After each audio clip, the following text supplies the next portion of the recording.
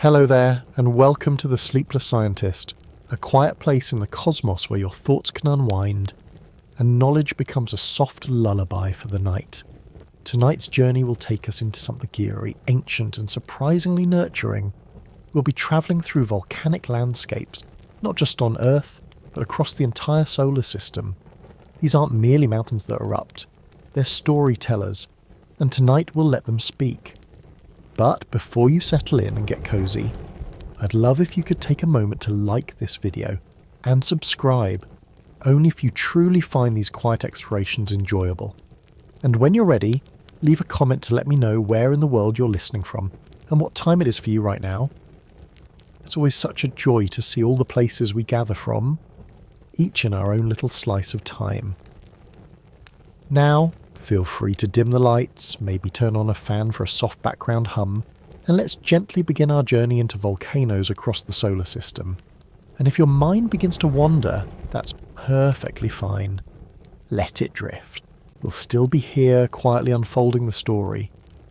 Let's begin not with a bang, but with a whisper.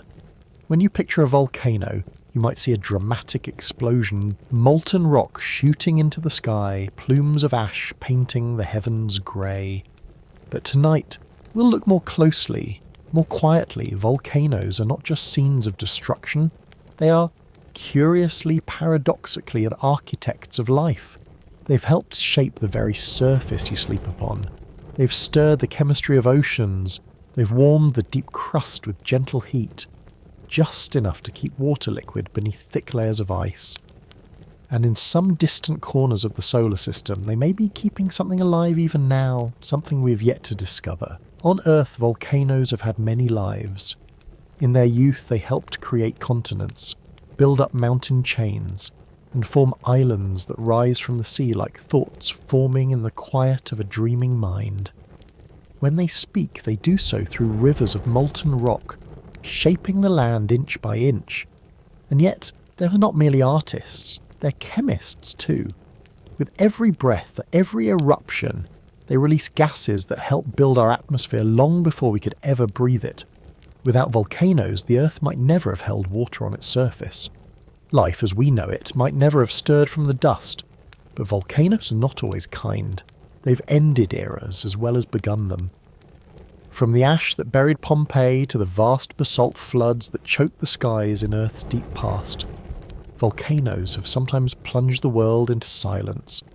Venus, our sister planet, may have once been Earth-like, warm, watery, perhaps even welcoming. But there, volcanoes didn't build a home for life. They helped doom it. Without water to trap carbon or clouds to balance heat, Venus became a runaway furnace. Its skies are thick with sulfuric acid. Its rocks still bake in a heat strong enough to melt lead. Volcanoes, those same makers of land and life, helped seal Venus into sense. It's this tension, this dual nature, that will follow tonight. From Earth's deep oceans to the sulphurous skies of Io, from the icy shells of Enceladus to the ancient plains of Mars, volcanoes whisper in every corner of our solar system. Some glow red with fire, some sigh quietly beneath ice, some have not erupted for billions of years, and some never stop. And the most surprising truth of all is this: where there is heat, where there is pressure, where there is change, life may follow. Because life does not always need light. It doesn't always need air. Sometimes all it needs is warmth. A few molecules to dance together, and time. Volcanoes can offer that. Even on frozen moons far from the sun, heat seeps up from within. Water, kept liquid by the gentle simmer of geothermal forces, may cradle life in places where no starlight ever reaches. Geysers on Enceladus, plumes on Europa, they are signs of internal warmth. And with warmth comes possibility. So tonight we'll follow that warmth. From Earth's familiar fire to the strange volcanism of other worlds, we'll ask how chaos gives birth to chemistry and how destruction may hold the seeds of something quietly miraculous.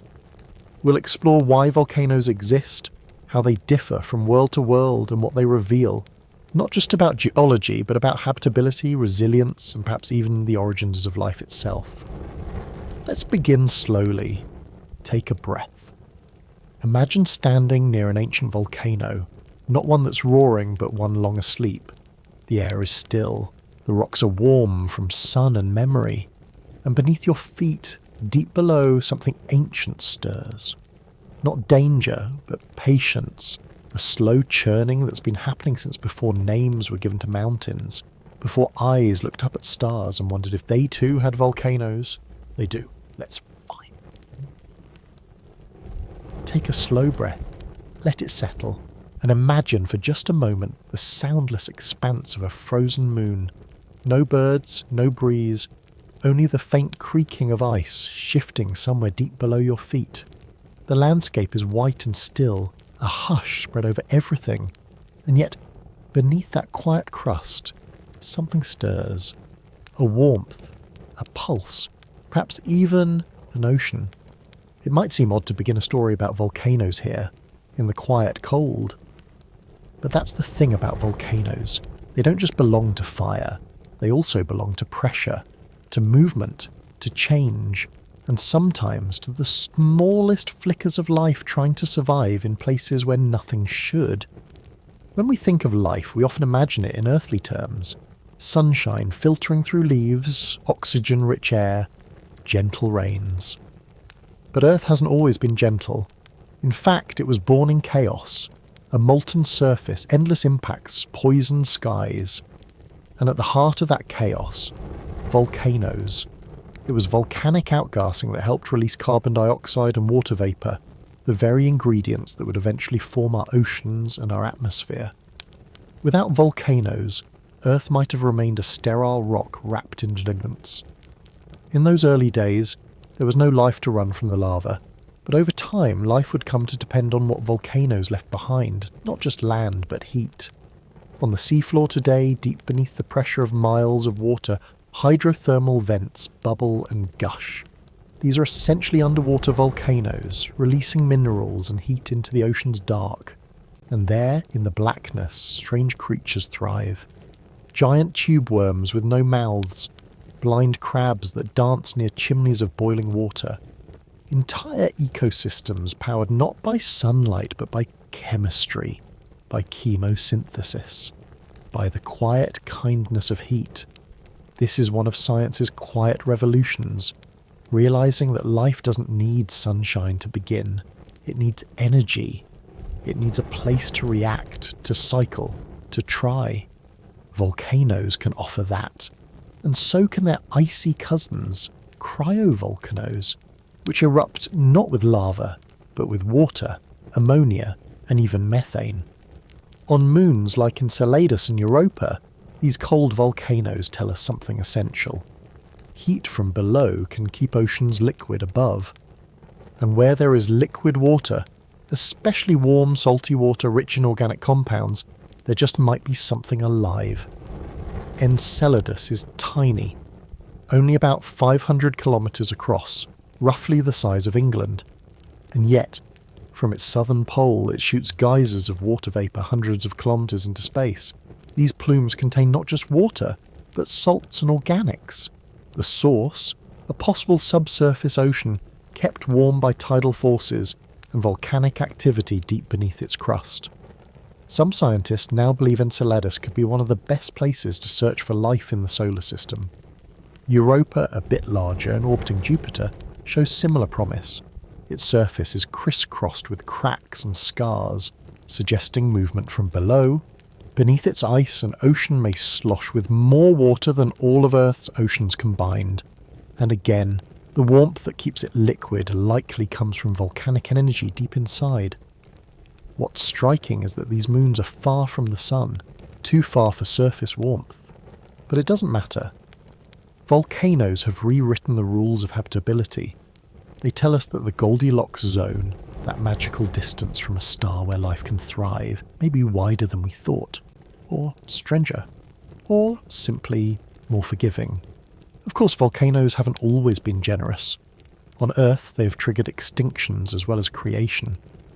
These Siberian traps, vast lava fields from 250 million years ago, are believed to have released enough carbon dioxide to warm the planet drastically, helping to drive the largest extinction in Earth's history. Similarly, the Deccan traps in India may have played a role in the extinction of the dinosaurs, releasing gases that change climate patterns worldwide, and on Venus, volcanoes may have sealed a very different fate. Venus is Earth's twin in size and structure, but something went terribly wrong. Volcanoes there may have belched so much carbon dioxide into the atmosphere, without the moderating influence of water and plate tectonics to trap it, that the planet underwent a runaway greenhouse effect. Now, Venus's surface is hot enough to melt lead. Its skies are thick with sulfuric acid clouds. Its volcanoes may still be active, but if they are, they do so in silence under crushing heat and pressure. A reminder that creation and destruction are two faces of the same force. And yet, even in that destruction, there's a strange beauty. The very process that can end a world can also make one. That's the paradox we'll return to again and again tonight. The duality. Volcanoes don't fit neatly into good or bad. They simply are, agents of change, carving, melting, raising new islands from ocean floors, melting glaciers, creating atmospheres, giving rise to both beginnings and ends. As we journey through our solar system together, you'll meet fire worlds like Io, where volcanoes never sleep. Ice worlds like Triton and Titan, where eruptions are slow and syrupy. And quiet giants like Mars, where Olympus Mons rises like a monument to a more active past. Each place will tell its own story, of pressure, of heat, of time. And scattered through those stories we'll look for life, or the possibility of it. Because where there's change, there's chemistry, and where there's chemistry, life just might follow. So let's drift through these worlds slowly, one volcano at a time, from the boiling heart of Io to the cold geysers of Enceladus, from Earth's deep ocean vents to Venus's silent tomb.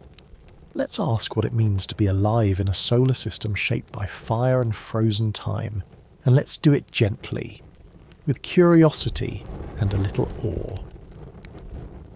Let's stay here for a moment, on Earth, not out of habit or familiarity, but because Earth is our original reference point.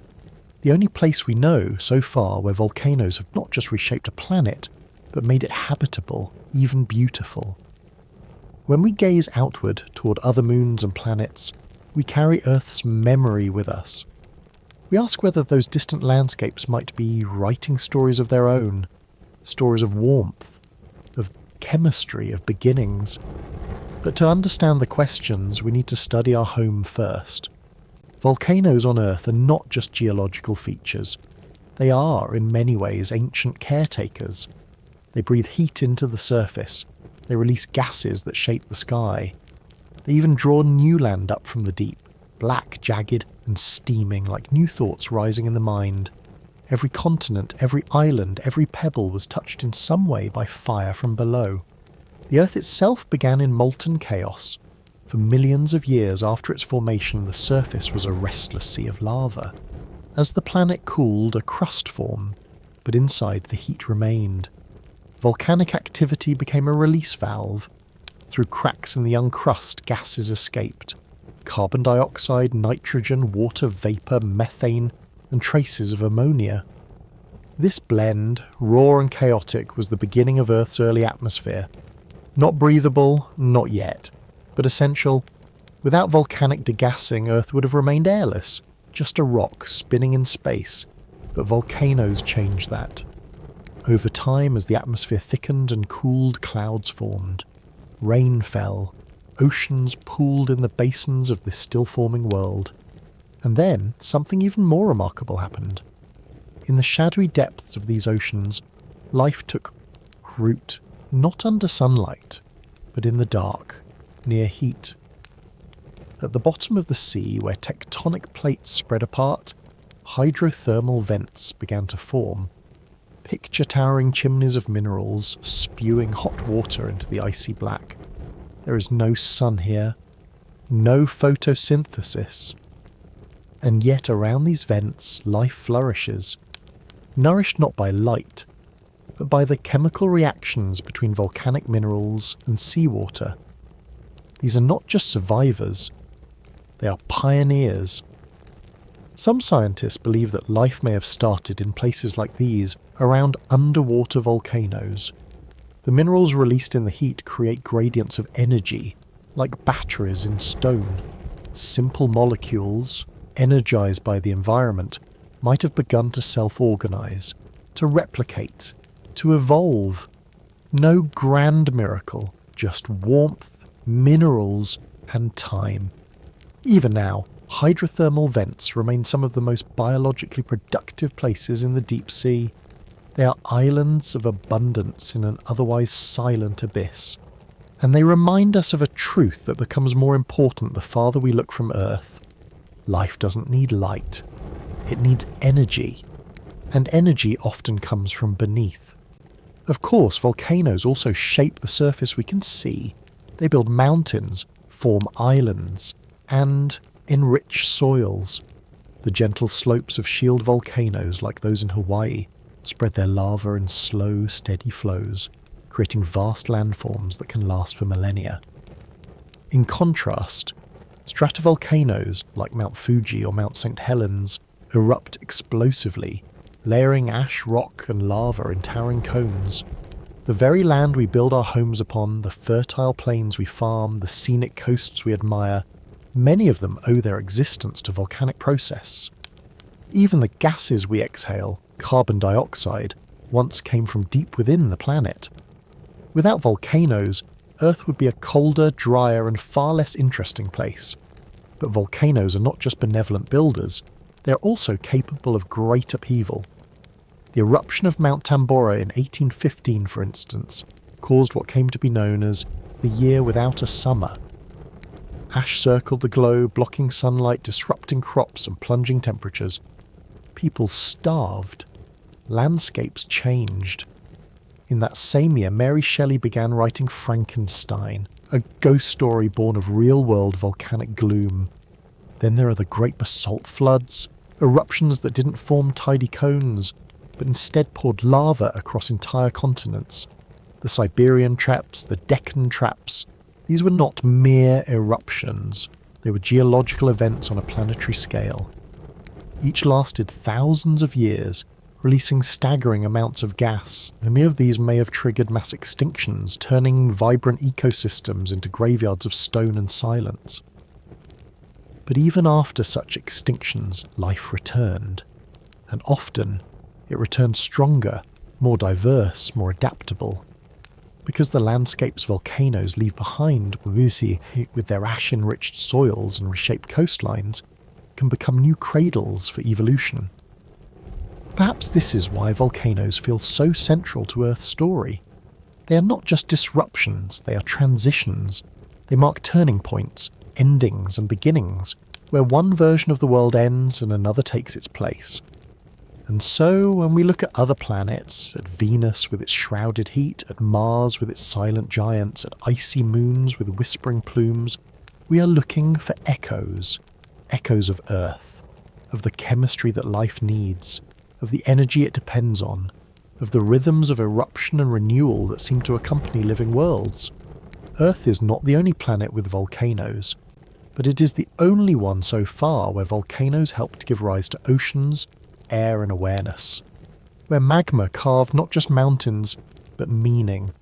And if it happened here once, then perhaps in some hidden corner of the cosmos, it's happened again. As you lie still and listen to this quiet unfolding, let your thoughts sink beneath the surface. Beneath your feet, far below the grass, the streets, the stone, and even below the crust you may have studied in school, something moves, something ancient and slow and heavy, like breath drawn over eons. The earth is not still, it is not solid, not truly. It flows, it churns, it drifts in layers, an architecture of heat and motion that gives rise to every volcano, every mountain, and every ocean basin. If you were to take a long, impossible journey downward, passing through soil, through bedrock, down into the mantle, you would begin to feel the temperatures rise, not suddenly but steadily, with the same kind of warmth that builds in your hands when you rub them together. Friction, pressure, decay. These are the sources of Earth's interior fire. Radioactive elements embedded deep within, uranium, thorium, potassium, continue to break down, releasing heat that hasn't stopped for billions of years. This heat, trapped since the planet's formation and stoked by these slow atomic fires, causes the mantle to move. But the mantle does not boil. It doesn't froth or simmer like soup on a stove. Instead, it convects, a slow creeping overturning of rock, not liquid, but soft enough to flow. Imagine warm honey spreading across a cool surface, endlessly folding and reshaping itself. This movement is what drives the shifting of tectonic plates, the great floating jigsaw pieces that make up Earth's outer crust. And where these plates meet, interesting things happen. Some pull apart, others collide. Still others grind past one another with quiet stubbornness. These boundaries are the seams of our planet, and many volcanoes are born at these edges. Along divergent boundaries, where plates move apart, magma wells up to fill the gaps, creating new crust in a slow, steady rhythm. This is how the mid-ocean ridges formed, vast underwater mountains stretching across the globe like hidden stitches holding the ocean floor together. Along convergent boundaries, where one plate dives beneath another, the story is more dramatic. The descending plate melts as it sinks into the mantle, creating pools of magma that rise toward the surface, seeking release. This is how volcanic arcs form, like the ones in the Pacific Ring of Fire. These volcanoes are often explosive, violent, unpredictable. Their magma is thick, sticky, rich in gases. When it erupts, it does so with a force that can reshape entire landscapes, and sometimes entire civilizations. Then there are hot spots, strange, isolated plumes of heat that rise from deep within the mantle, far from any tectonic boundary. These are less understood, but no less important. The Hawaiian Islands are built on one of these hotspots, each island forming as the Pacific plate slowly drifted over a fixed source of magma. Even now, new land is being born at the southeastern edge of the Big Island, where lava meets the sea in a hiss of steam and salt. All of this, the drifting plates, the rising plumes, the melting rock, is invisible to us most of the time. We walk on solid ground, we see mountains, valleys, forests. But the engine that drives it all is deep below, always moving, always shaping, and volcanoes are its voice. When pressure builds, when heat gathers, when the Earth can no longer hold itself in, it speaks. Sometimes in a whisper of steam, sometimes in an eruption that darkens the sky. And yet even in those moments of violence, there is balance. Volcanic eruptions release gases that cycle through the atmosphere and oceans. They return nutrients to the soil, restarting the ecological clock. Forests regrow in ash fields. Life creeps back into hardened lava flows. In time, what was once scorched becomes fertile again. Even the rhythms of our climate are touched by volcanoes. Some eruptions, like Tambora in 1815 or Pinatubo in 1991, released so much sulfur dioxide into the atmosphere that global temperatures dropped for months, sometimes years. The ash, high in the stratosphere, reflects sunlight, a temporary parasol for the planet. These cooling events are reminders that Earth is not controlled solely by our presence. It has its own cycles, its own responses, and sometimes those responses come from within. Understanding this hidden architecture, this layered engine beneath our lives, helps us see volcanoes not as random accidents, but as inevitable expressions of planetary design. They are a symptom of motion, a sign that the Earth is still alive. This idea that activity beneath the crust can shape what we see and even what we are is what drives our search for volcanoes on other worlds. Because where there is internal heat, there may be tectonics. Where there is tectonics, there may be surface change. And where there is change, there may be the chemistry that life depends on. On Earth, all of these systems are connected. They are part of a great feedback loop. Rock to gas, gas to ocean, ocean to life. So as we look toward Mars, toward Enceladus, toward Venus and beyond, we bring this architecture with us, not as blueprints, but as possibilities. We ask whether lava once flowed there, whether gases once bubbled up from below, whether heat still pulses through frozen crust, and if so, what that might mean.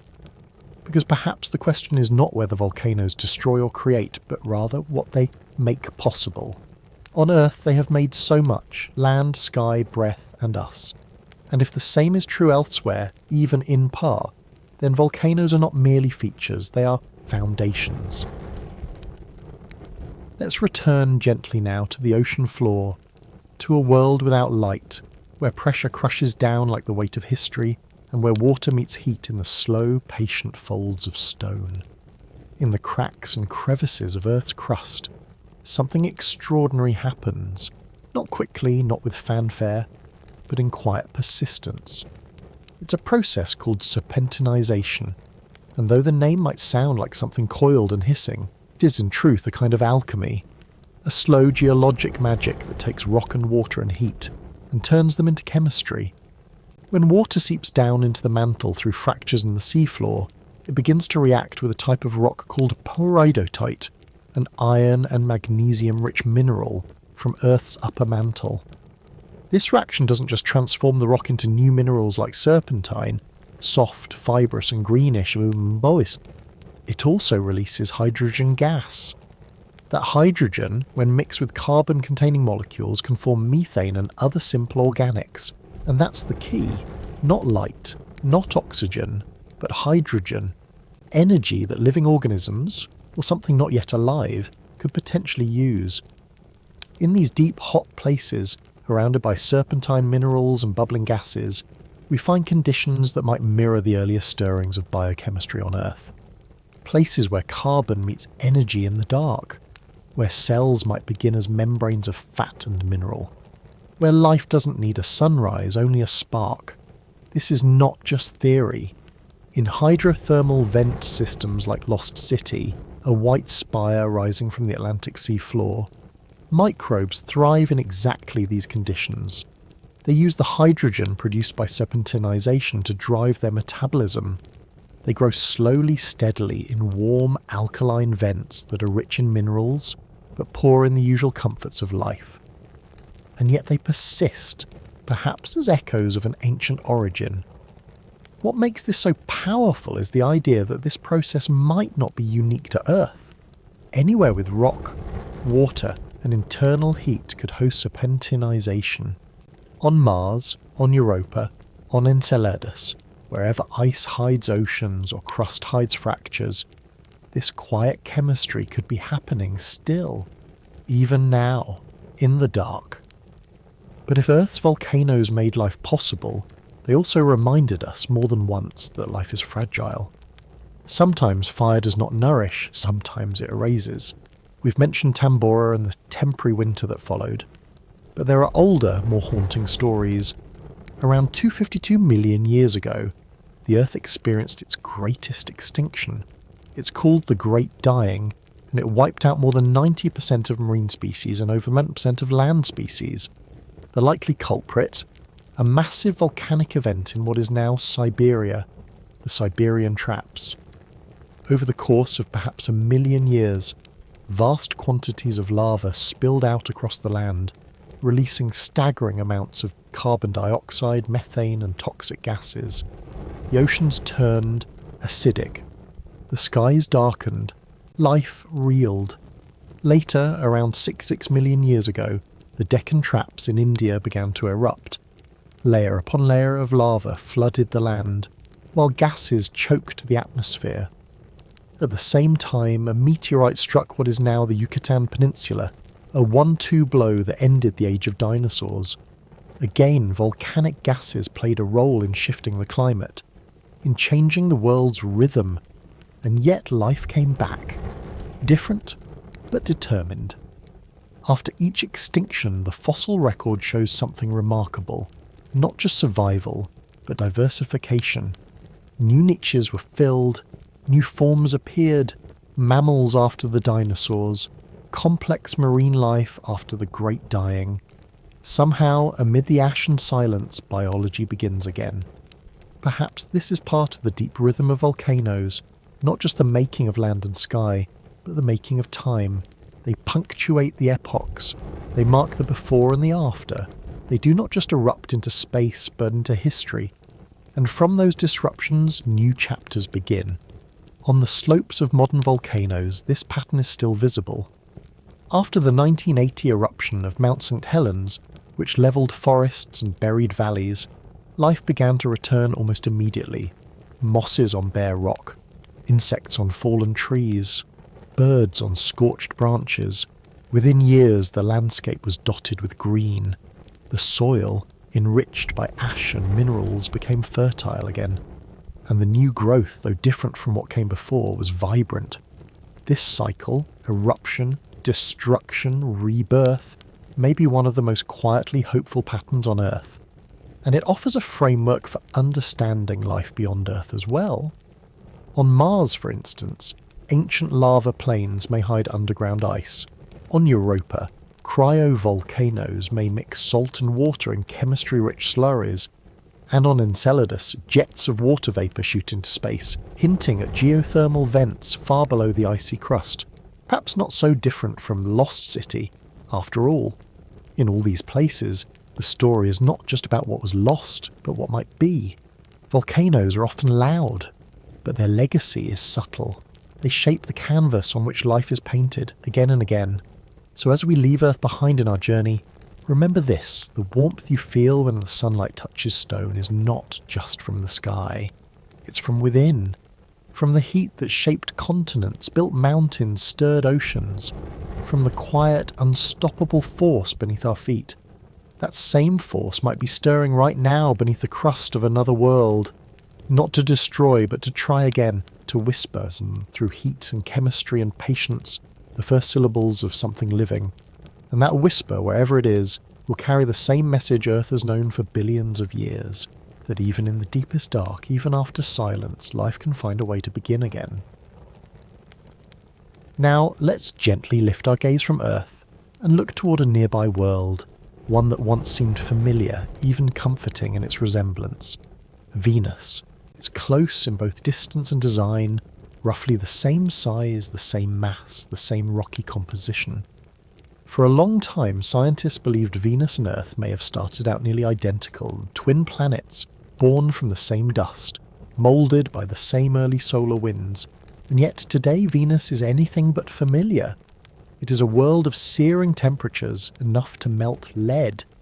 Its atmosphere is a crushing weight, more than 90 times that of Earth. The clouds overhead are not made of water vapour, but of sulfuric acid, swirling in choking loops. The surface is dry, scarred, and silent. And yet, volcanoes remain. Some ancient, some possibly still alive, rumbling faintly beneath the gloom. What happened to Venus is not simply a story of distance from the sun. It is in part a story of what happens when a planet can't breathe. When volcanic heat builds and there's no mechanism to release it gently. No oceans to balance the heat. No plate tectonics to recycle the crust. No gentle rain to wash the ski. Back on Earth, when volcanoes erupt, they release gases into the air, including carbon dioxide. But over time, water helps capture that CO2. It dissolves it, locks it into rock. Forests and oceans take part in this balance. It's not perfect, but it's ongoing. A system of give and take that keeps temperatures within a range that life can endure.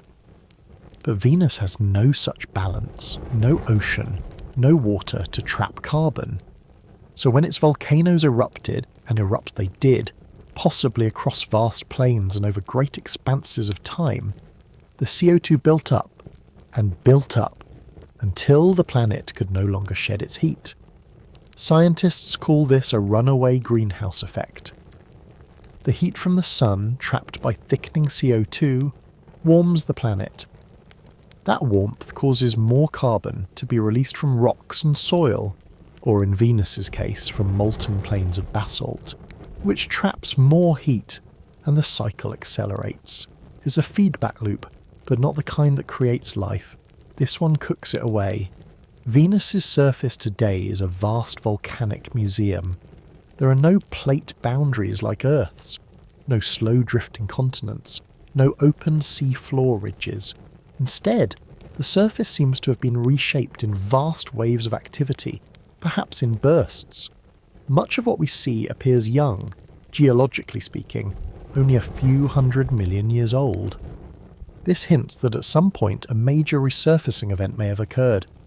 Perhaps the crust became so hot, so stressed, that it gave way all at once, blanketing the planet in fresh lava and sealing its fate. Among the features seen on Venus are vast volcanic plains, shield volcanoes, and a peculiar structure called a corona. These are ring-shaped features, often hundreds of kilometres wide, thought to form when magma pushes up beneath the surface but never fully erupts. The surface above bulges, cracks, and collapses inward, like a blister that never bursts. They were unique to Venus, and haunting. The question scientists still puzzle over is, are these volcanoes still active? In 2023, researchers analysing data from NASA's Magellan mission discovered something remarkable. 2 radar images, Teoria and Sospoia Moor, taken 8 months apart in the early 1990s, showed that a volcanic vent on Venus had changed shape. It had widened. Its shape had slumped. This strongly suggests that volcanic activity is not just a thing of the past on Venus. It's still happening quietly under the thick veil of clouds. And now 2 upcoming missions, NASA's Veritas and ESA's Envision, are set to revisit Venus with new eyes. They'll map the surface with greater precision, detect gases in the atmosphere that might hint at fresh eruptions, and look for geological changes that betray movement beneath the crust. These missions may answer whether Venus's volcanoes still breathe, and if they do, what that tells us about the delicate boundary between a living world and a silent one. There's something deeply suboring about Venus. It isn't a distant ice world or a gas giant with no surface to speak of. It's a world that once might have had potential. Some even speculate that it could have supported liquid water early in its history. But whatever chance it had, it lost.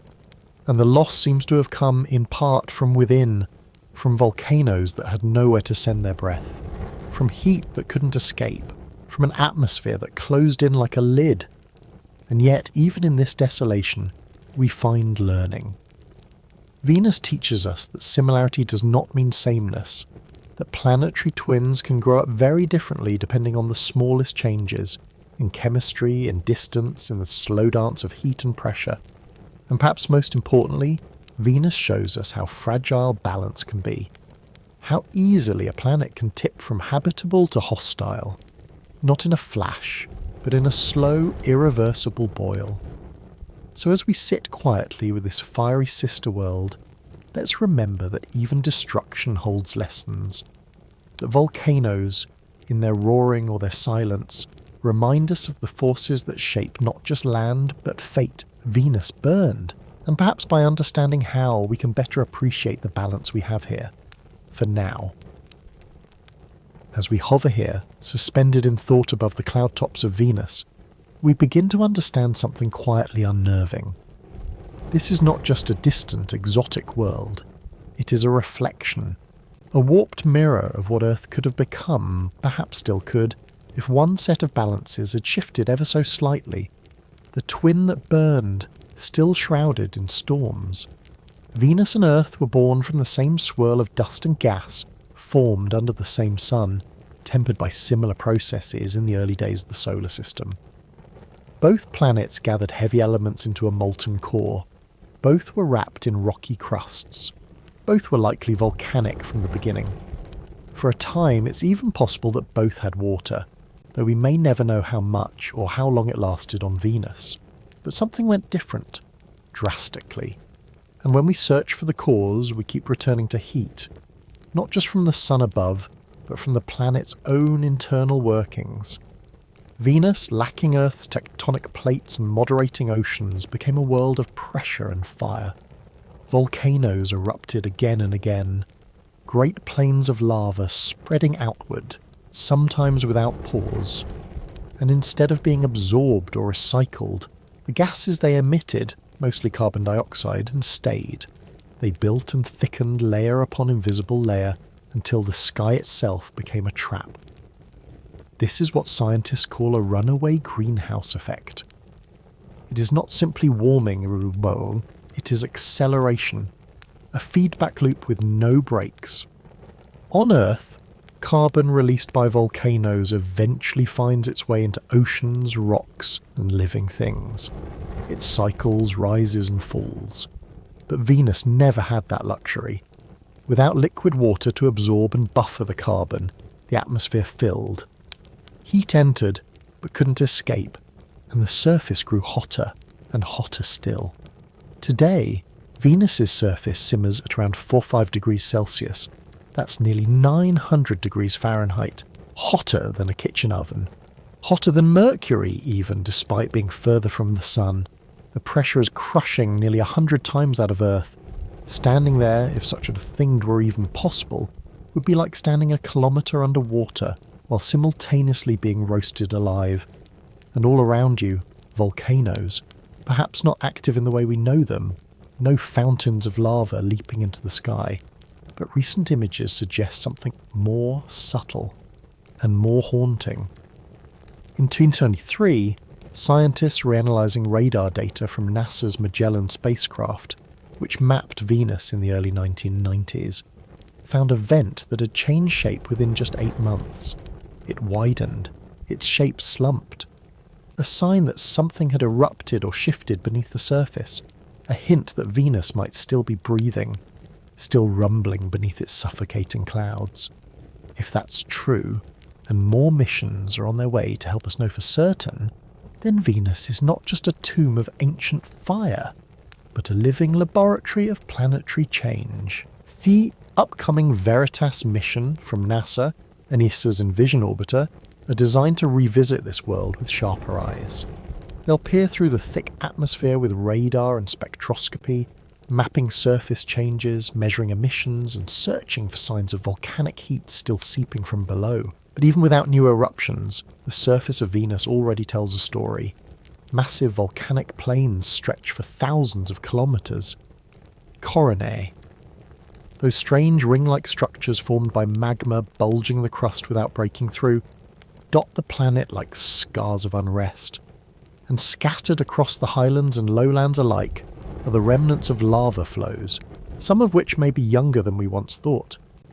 Venus is not still, it is paused, or perhaps simmering. And then there are the poles. Venus, for all its choking heat and clouded skies, also holds some of the most mysterious weather patterns in the solar system. At each pole, satellites have observed enormous swirling vortices, spiral storms that resemble great twin eyes, endlessly rotating. These are not storms like on Earth. They are not powered by moisture or thunderclouds. Instead, they are part of Venus's super-rotation, a strange phenomenon where the upper atmosphere races around the planet at hurricane speeds, completing a full circuit in just 4 Earth days, even though Venus itself rotates painfully slowly. These vortices shift and change in shape, their twin pupils opening and narrowing. Sometimes they appear as double spirals, other times as chaotic swirls. Their cause is still being studied, but they suggest that Venus's atmosphere is not just thick. It is dynamic, restless, and prone to extremes. Taken together, all of this, the runaway heat, the likely volcanism, the strange winds and storms, builds a portrait of a world that is, in a way, perpetually unstable. Not in the sense of change, like Earth, but in the sense of being locked into a condition of excess. Too much pressure, too much heat, too much of what once gave life, now denying it. And that leads to the most sobering question of all. Could this be Earth's future? We don't know. Venus is closer to the Sun, and its atmospheric history may have been different from the beginning.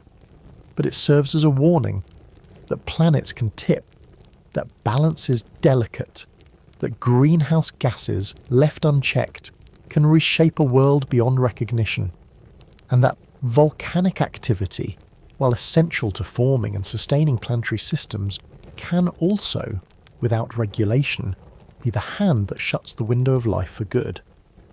But perhaps it is also a lesson in vigilance, in paying attention not just to the skies, but to what stirs below. On Earth, we still have tectonics, we still have oceans, we still have feedback loops that cool as well as warm, but those loops are not guaranteed. And understanding Venus, understanding its fire, its clouds, its silence, may help us protect what is still breathing here.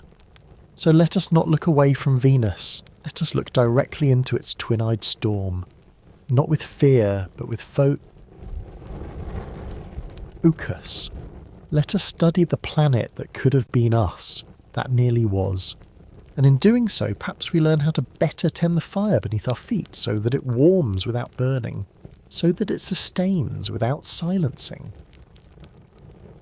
Let's now drift far from the inner planets, beyond Mars, past the asteroid belt, and into the kingdom of giants, Jupiter, the great guardian of the solar system, wrapped in stripes and storms. Orbiting this enormous world is a small moon, only slightly larger than Earth's own, and yet, despite its modest size, it holds a secret that no other world can match. It is the most volcanically active place in the entire solar system. Its name is Io, pronounced I-O, and while it may look like a bruised marble, its surface mottled with yellows, oranges and reds, this little moon is no quiet stone. It churns, erupts, seethes. Its landscape is littered with volcanoes, lava lakes and collapsing pits. And the secret to this endless volcanic fury lies not within Io itself, but in the immense gravitational pull of its planetary parent. Jupiter's gravity is powerful, as you might expect from something that could fit over 1/300 Earths inside it. But that power doesn't just hold moons in orbit. It squeezes them, stretches them, especially when other moons, Europa and Ganymede, are nearby, tugging in rhythmic opposition. Io, caught in this dance, is constantly being pulled in multiple directions. Its orbit is slightly elliptical, not perfectly round, which means that its distance from Jupiter varies slightly as it moves. That variation creates a kind of rhythmic kneading, like dough in the hands of a baker who never stops. This process, known as tidal heating, is what turns Io into a moon of fire. As its insides are tugged and flexed, friction builds, rock melts, magma forms, and with nowhere else to go, the heat escapes through the surface, in vast lakes of lava, in fountains of molten sulfur, in plumes that rise hundreds of kilometers into the airless sky. There are no oceans on Io, no air to breathe, no quiet valleys, but there is motion, constant, unrelenting motion. The entire surface is scarred by evidence of eruptions, and many of these eruptions are not ancient relics, they are happening now. Galileo, Voyager and New Horizons all captured images of plumes in mid-eruption, towering arcs of gas and dust visible even from space. The surface itself is a chaotic mosaic. There are paterae, a word used to describe the shallow, irregular volcanic depressions found across the moon.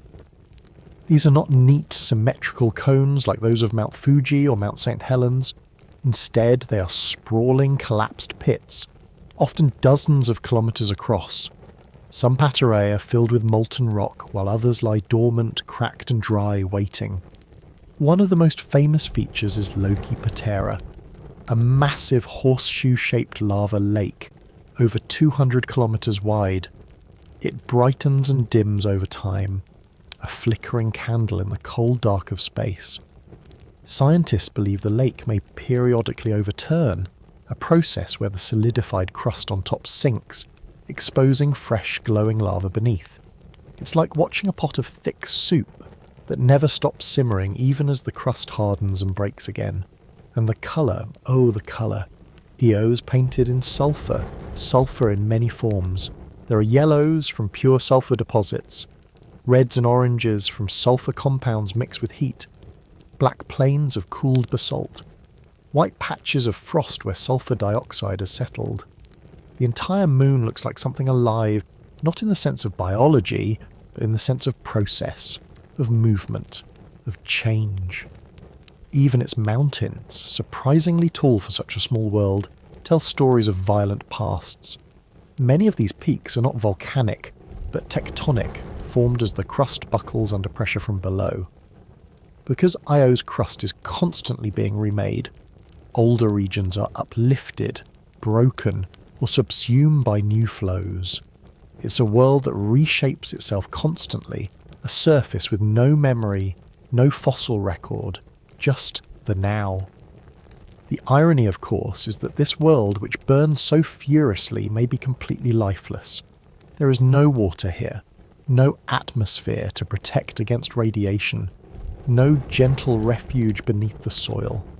And yet, it teaches us something profound, that volcanism, in and of itself, can exist without plate tectonics, without ocean, without the usual ingredients we associate with dynamic planets. Heat, friction, and gravity. Those are enough. And so Io stands as a kind of extreme case, a laboratory of tidal heating, a warning perhaps of what happens when internal energy is not balanced by any cooling system, or, alternatively, a sign that geological activity can arise in many forms, on many worlds, not just those like Earth, but even those orbiting gas giants caught in a gravitational tug-of-war. Some scientists even wonder whether distant exoplanets, orbiting stars far beyond our own, might experience similar tidal effects. Planets trapped between two strong gravitational sources, or moons orbiting massive exoplanets. If so, they could be volcanic like Io, or perhaps even habitable, if the right conditions align. Io, for all its hostility, expands our understanding of what is possible. It redefines the spectrum of planetary activity. So tonight, as we float above this restless moon, let's take a moment to imagine the sound, not of eruption, for there is no air to carry it, but of energy, a whisper of lava rising from the dark, a tremble of surface under strain, a moon that never sleeps, always stretching, always speaking in heat and ash. This is Io, the moon that screams, not with voice, but with via. If you were to stand on Io's surface, which you couldn't, not without being incinerated or suffocated, you might look around and see no craters. That may seem odd, given how heavily cratered most moons and planets are. Craters are the fingerprints of cosmic history, each one a record of an ancient impact, a frozen moment in time.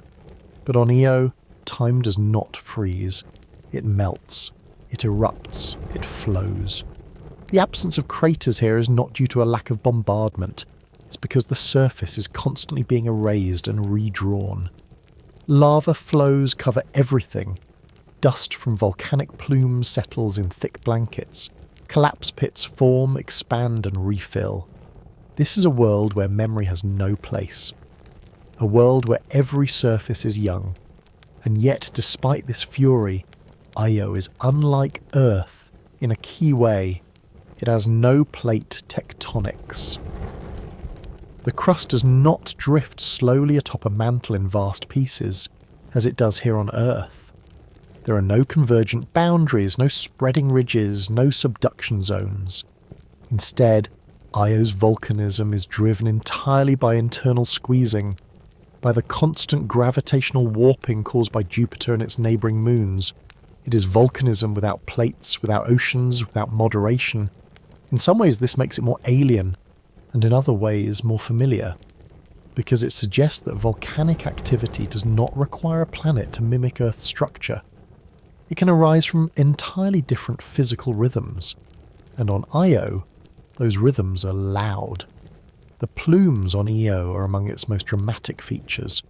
When a volcano erupts here, it does so not just with lava, but with gas, primarily sulfur dioxide. This gas, with no atmosphere to contain it, bursts out and forms enormous umbrella-shaped plumes that can rise hundreds of kilometres into space. Imagine a fountain of fire reaching beyond the edge of the moon's gravity. arcing silently into the dark. Some of these plumes are so powerful that they deposit frost and sulfur compounds far from the eruption site. Others escape entirely, contributing to a thin torus, a donut-shaped ring of charged particles that encircles Jupiter, fed by Io's atmosphere. Io is not just reacting to its environment, it is shaping the space around it. The Voyager and Galileo spacecraft both captured these plumes in action. Black jets, circular shadows, expanding shells of vapour, thunder, no roar, just motion in vacuum, and the earthbound instruments that tried to listen from afar. And beneath all this chaos lies a simple truth. Io is hot, very hot. In some regions, the surface temperature reaches over 1600 degrees Kelvin, hot enough to keep rock liquid. Some lava lakes are so bright that they outshine the surrounding surface by orders of magnitude. In infrared images, Io looks like a glittering ember, a coal that never cools. But unlike Earth, where volcanism is often buried beneath forests, oceans and atmospheres, Io's activity is fully exposed. There is nothing to buffer the violence. No air to slow falling ash, no wind to scatter heat. Everything is raw, direct, immediate, a world stripped to its geologic bones. This lack of moderation also means that the landscape is constantly shifting. New paterae form, lava floods old terrain. Mountains, pushed upwards by stresses in the crust, eventually collapse under their own weight. Many of these mountains are taller than Everest, with steep slopes and fractured bases. They are not formed by collision, as Earth's mountains often are, but by vertical forces. Crustal uplift driven by stress from below. Their presence is another reminder that Io's surface is not quiet. It groans, it bends, it breaks. And yet, for all this energy, life as we know it has likely never taken root here. The conditions are too extreme. There is no liquid water, no stable environment, but that doesn't make Io irrelevant to our search for life elsewhere. Quite the opposite. Io serves as a window into what might be happening on exoplanets we cannot yet see. If a small moon in our own solar system can be heated to such a degree by gravitational tugging alone, then we must consider what might happen on larger bodies, super-Earths or exomoons, that experience even stronger tidal forces. These worlds could be volcanic as well, maybe not as extreme as Io, maybe more balanced, but still alive geologically speaking. And if tidal heating can create warmth without sunlight, as it does here, then perhaps similar forces could maintain subsurface oceans elsewhere. On Europa, on Enceladus, even on rogue planets adrift in the dark. Io shows us what heat without stars can look like. It also reminds us that planetary systems are not isolated. Moons and planets interact. Orbits matter. Gravity is not just a tether, it is a sculptor. And the shape it carves is sometimes fire. There's a strange poetry in the fact that the most volcanic object in the solar system is also one of its smallest. That grandeur, in planetary terms, does not always require size, only energy, and that a little moon, locked in a tug-of-war between giants, can become a furnace. As we leave Io, let us take with us its lesson, that the heart of a world does not have to be quiet, that silence is not the only music of space. Sometimes a moon can scream without sound, and in that scream we find a story, not of peace but of power.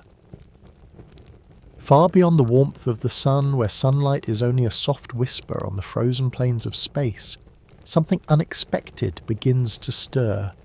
Among the icy moons orbiting giant planets, Saturn and Jupiter, there lies a quiet defiance of expectations. For in these places, where night is near eternal and cold seems absolute, warmth still exists. Not in the air, for there is little. Not on the surface, for it is hard and sund, but deep within, in oceans that never see the sky, in liquid water that never feels the touch of sunlight. These are the ocean worlds, and their existence is one of the most thrilling revelations of planetary science in the last 50 years. They are not habitable in the traditional sense, not with blue skies or grassy fields, but they possess the three great ingredients we seek when looking for life: liquid water, organic chemistry, and a source of energy. And what makes them so compelling is the way those ingredients come together, not from above, but from below.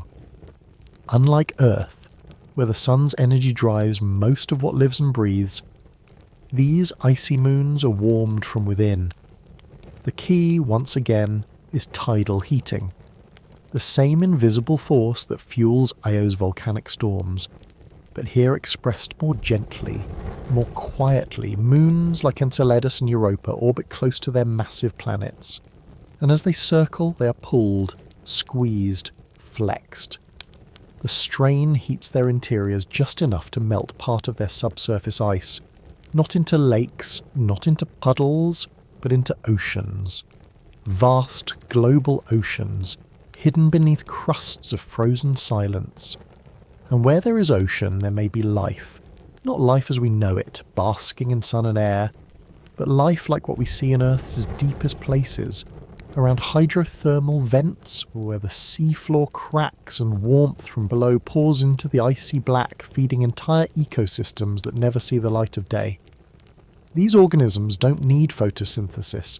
They live on chemistry, on the reaction between water, rock, and heat. It is this possibility, that such life could exist on other worlds beneath shells of ice, that has drawn scientists to these moons with quiet reverence. Enceladus, a tiny moon of Saturn, is perhaps the most dramatic. It is only about 500 kilometers wide, yet something inside it is restless.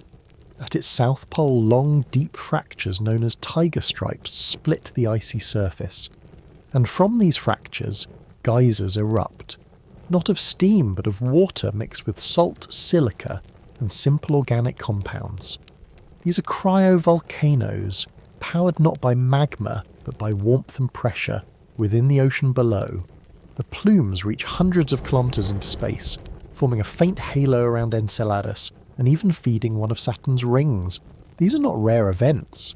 They happen regularly, predictably, like a moon breathing in slow pulses. The Cassini spacecraft flew through these plumes multiple times during its mission, and what it found was astonishing. A cocktail of molecules that strongly suggested a warm, salty ocean beneath the ice, with conditions potentially similar to Earth's hydrothermal vents. Europa, one of Jupiter's largest moons, is another contender. Its surface is streaked with lines, long, dark fractures that crisscross the bright ice like veins under translucent skin. These cracks suggest movement, resurfacing, perhaps even water pushing upward. And beneath this surface, magnetic field data from the Galileo spacecraft have revealed something remarkable. Europa appears to have a global ocean, tens of kilometers beneath the crust, containing more water than all of Earth's oceans combined. What lies at the bottom of that ocean is still unknown. But if there are vents, if rock and water meet as they do on Earth's ocean floor, then the building blocks of life might be stirring even now in the darkness. NASA's upcoming Europa Clipper mission, set to launch in the coming years, will attempt to find out. It will fly close many times, using radar to peer beneath the surface, searching for warm spots, recent eruptions, or thin patches where the ocean may be close enough to interact with the surface ice. And then there is Titan, Saturn's largest moon, and the most Earth-like place in the outer solar system, though not in the ways you might expect. Titan has a thick atmosphere rich in nitrogen with clouds and wind and rain. But the rain is methane, the rivers are methane, the lakes methane. It is a world frozen in deep time, a kind of chemical laboratory where organic molecules dance slowly across vast frigid landscapes. Some scientists believe there may be a subsurface ocean here as well, beneath the frozen crust and the methane seas. If so, then Titan 2 is not just a curiosity, but a potential cradle. Together, these moons present a quiet challenge to the old assumptions. That habitability must look like Earth, that warmth must come from the sun, that life must arise in shallow seas under blue skies. Here, instead, we find warmth in shadows, possibility and silence. These are places where nothing should be alive, and yet where everything needed for life might be gathering, drop by patient drop in the dark. So when we speak of icy moons, let us speak not of stillness, but of tension, of the pressure that breaks crusts, of the heat that seeps upward, of the oceans that ripple unseen, and of the idea, bold, soft, thrilling, that something may be swimming there. Not far, not impossible, just hidden, just waiting. If the first whispers of possibility come from the hidden warmth within, then the second arrive as gentle eruptions, soft, towering plumes of water rising silently through space. They carry with them a secret, not shouted but exhaled, that something stirs beneath the ice.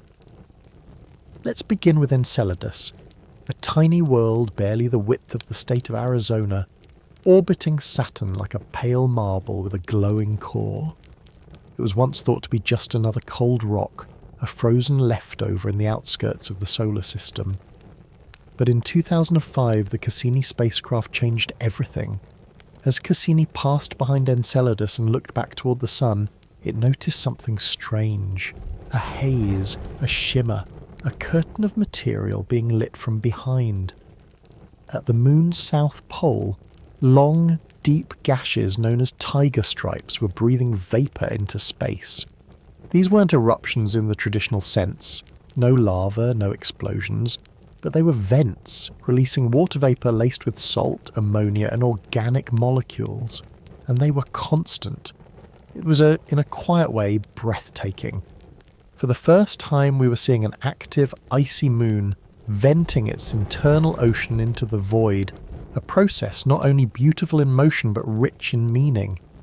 Because within those plumes was a chemistry that felt familiar. Salts, like those in Earth's oceans. Organic compounds, the building blocks of life. Silica grains, which form under specific temperature and pressure conditions. Conditions like those found near hydrothermal vents on the seafloor. Cassini didn't just observe these geysers, it flew through them. Passed directly into the spray, instruments open. And what it found was more than vapour. It was evidence of a warm ocean beneath the crust. A salty sea perhaps sitting atop rocky sea floor, where water and mineral could meet, and react, and feed. The presence of molecular hydrogen was especially exciting. On Earth, hydrogen is produced in hydrothermal reactions and used by certain microbes as fuel. If similar reactions were happening on Enceladus, then a food source might already exist, even if no one is there to eat. And the plumes continued, like clockwork. A gentle cycle of exhalation from the depths. No thunder, no storm, just the breath of a moon, reaching into the emptiness with traces of something alive. Now let's shift to Europa, a moon of Jupiter, larger than Enceladus, quieter on the outside, but perhaps even more profound beneath. Its surface is a sheet of bright ice crisscrossed with deep grooves and scars. No mountains, no valleys, just the language of fracture and flow. It looks like something ancient and broken, or like the surface of a frozen sea, and in many ways that's what it is. Beneath Europa's icy crust lies a global ocean. This isn't speculative, it's supported by multiple lines of evidence. Magnetic readings from the Galileo spacecraft suggested that Europa responds to Jupiter's magnetic field in a way that requires a conductive subsurface layer. The best explanation, a salty ocean several kilometres deep surrounding the moon's rocky core. Europa's surface also bears the signature of interaction. Chaos terrain, regions where blocks of ice seem to have broken apart, rotated and refrozen, suggest episodes where warm water may have pushed up from below. Dark streaks and red-brown stains could be evidence of salts or organics making their way up, then freezing into strange shapes under cosmic rays. Unlike Enceladus, Europa's plumes are harder to observe, but hints have been seen, faint transient wisps near the limb of the moon, recorded by the Hubble Space Telescope. These hints are enough to excite scientists, who believe Europa's crust may be thinner in some places, possibly fractured, possibly leaking, That's where the Europa Clipper comes in. A NASA mission currently in development, it will launch in the late 2020s and make dozens of close flybys of Europa. Unlike Galileo, which stayed far away due to Jupiter's radiation, Clipper will dive in, radar scanning the crust, spectrometers analysing surface chemistry, magnetometers tracking the flow of subsurface currents. It will look for thermal anomalies, hotspots that might indicate recent activity, and it will try to capture direct evidence of plumes, sampling their composition, just as Cassini did at Enceladus. The goal is not to detect life directly. That will likely require a lander, or perhaps even a submersible one day. But to ask the questions that must come first. Is the ocean there? Is it in contact with rock? Are the chemicals needed for metabolism present? Is energy flowing? Europa is older than Enceladus, and its ocean may be deeper. It may have hydrothermal vents, or an ice shell that cycles and churns, bringing nutrients from below to fractures above. It may be still, it may be silent, but it may also be stirring. And between them, Europa and Enceladus, we find a new archetype, a new kind of world. Not the rocky, sunlit cradle we once assumed life required, but something darker, something quieter. A place where water, warmed by motion and salt, moves unseen through alien geology. Where life, if it exists, would know no sky, no stars, no seasons, only warmth and pressure, and molecules that drift and bind. It is humbling to realise that the most Earth-like environments beyond our planet may not be on the surface of other worlds, but hidden far beneath them, and that the search for life may not take us to planets that look like home, but to moons that bleed water into space, offering a glimpse, a fragile flying trace of oceans we cannot see. These moons do not call out loudly, they whisper, but what they whisper may be enough. Now let us drift further still, past Europa's fractured crust and Enceladus's singing plumes, past the rings of Saturn and into the golden haze of its largest moon, Titan. There is something different about Titan, something that feels oddly familiar and unsettling at once. While the other icy moons whisper quietly through silence and shadow, Titan seems to hum with memory, as though it remembers Earth, or dreams of becoming it. From a distance, Titan doesn't look icy at all. It is cloaked in a thick, opaque atmosphere, the only moon in the solar system to have one so substantial. That atmosphere is dense and deep, composed mostly of nitrogen like Earth's, but laced with methane and complex hydrocarbons. And beneath that hazy veil lies a landscape carved not by wind and water as we know it, but by something colder, stranger, yet strangely similar, liquid methane. On Titan, the temperatures are so low, around minus 180 degrees Celsius, that methane behaves like water does on Earth. It evaporates, it condenses, it rains, it collects in rivers and lakes and seas that lap against pebbled shores under dim golden skies. There are clouds that drift slowly, pulled by winds that move in sluggish spirals, and storms, slow-motion, eerie storms, that drop methane rain in fat, heavy drops onto frozen ground. What results is a hydrological cycle, but one made of alien chemistry, a mirror world where the familiar has been inverted. The Cassini spacecraft, which orbited Saturn for over a decade, taught us most of what we know about Titan. It mapped the surface using radar, which could pierce the thick atmosphere. It revealed networks of river channels, deltas and canyons, all carved by flowing methane. It found enormous lakes near the poles, some larger than the Great Lakes of North America, and it showed us dunes near the equator, sculpted not by sand but by organic molecules that have rained from the sky. But even more intriguing is what lies beneath. Titan is believed to have a subsurface ocean of liquid water, perhaps as salty as the Dead Sea, hidden beneath its icy crust. The pressure there would be immense, the cold almost unimaginable. But with the presence of ammonia to act as antifreeze, that water may remain liquid, and if it touches the rocky core, as some models suggest, it may also be chemically active. Energy could flow, reactions could occur, and with organics raining from above, washing down through cracks and fissures, the ingredients for life may mingle in the dark. Unlike Enceladus and Europa, where the ocean is hidden and only accessible through rare plumes, Titan offers a landscape we can explore. Its thick atmosphere, while obscuring the view, also protects the surface from radiation. The pressure is mild, roughly the same as walking underwater on Earth. It's the only place in the outer solar system where, if you wore a warm enough suit and a breathing mask, you could walk around. Not comfortably, not easily, but you could stand, and it's not just science fiction. NASA is already planning a mission.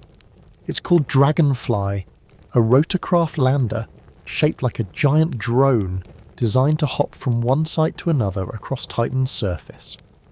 Scheduled to launch in the mid-2020s, Dragonfly will explore Titan's dunes, its ancient riverbeds, and perhaps even the shores of a methane lake.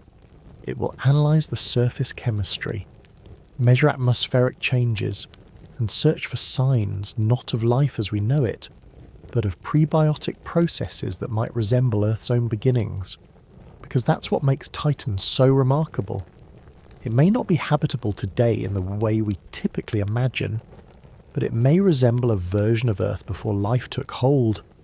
A world where complex molecules are just beginning to form longer chains, where reactions are starting to build frameworks of increasing intricacy, where time, temperature and chemistry are quietly conspiring.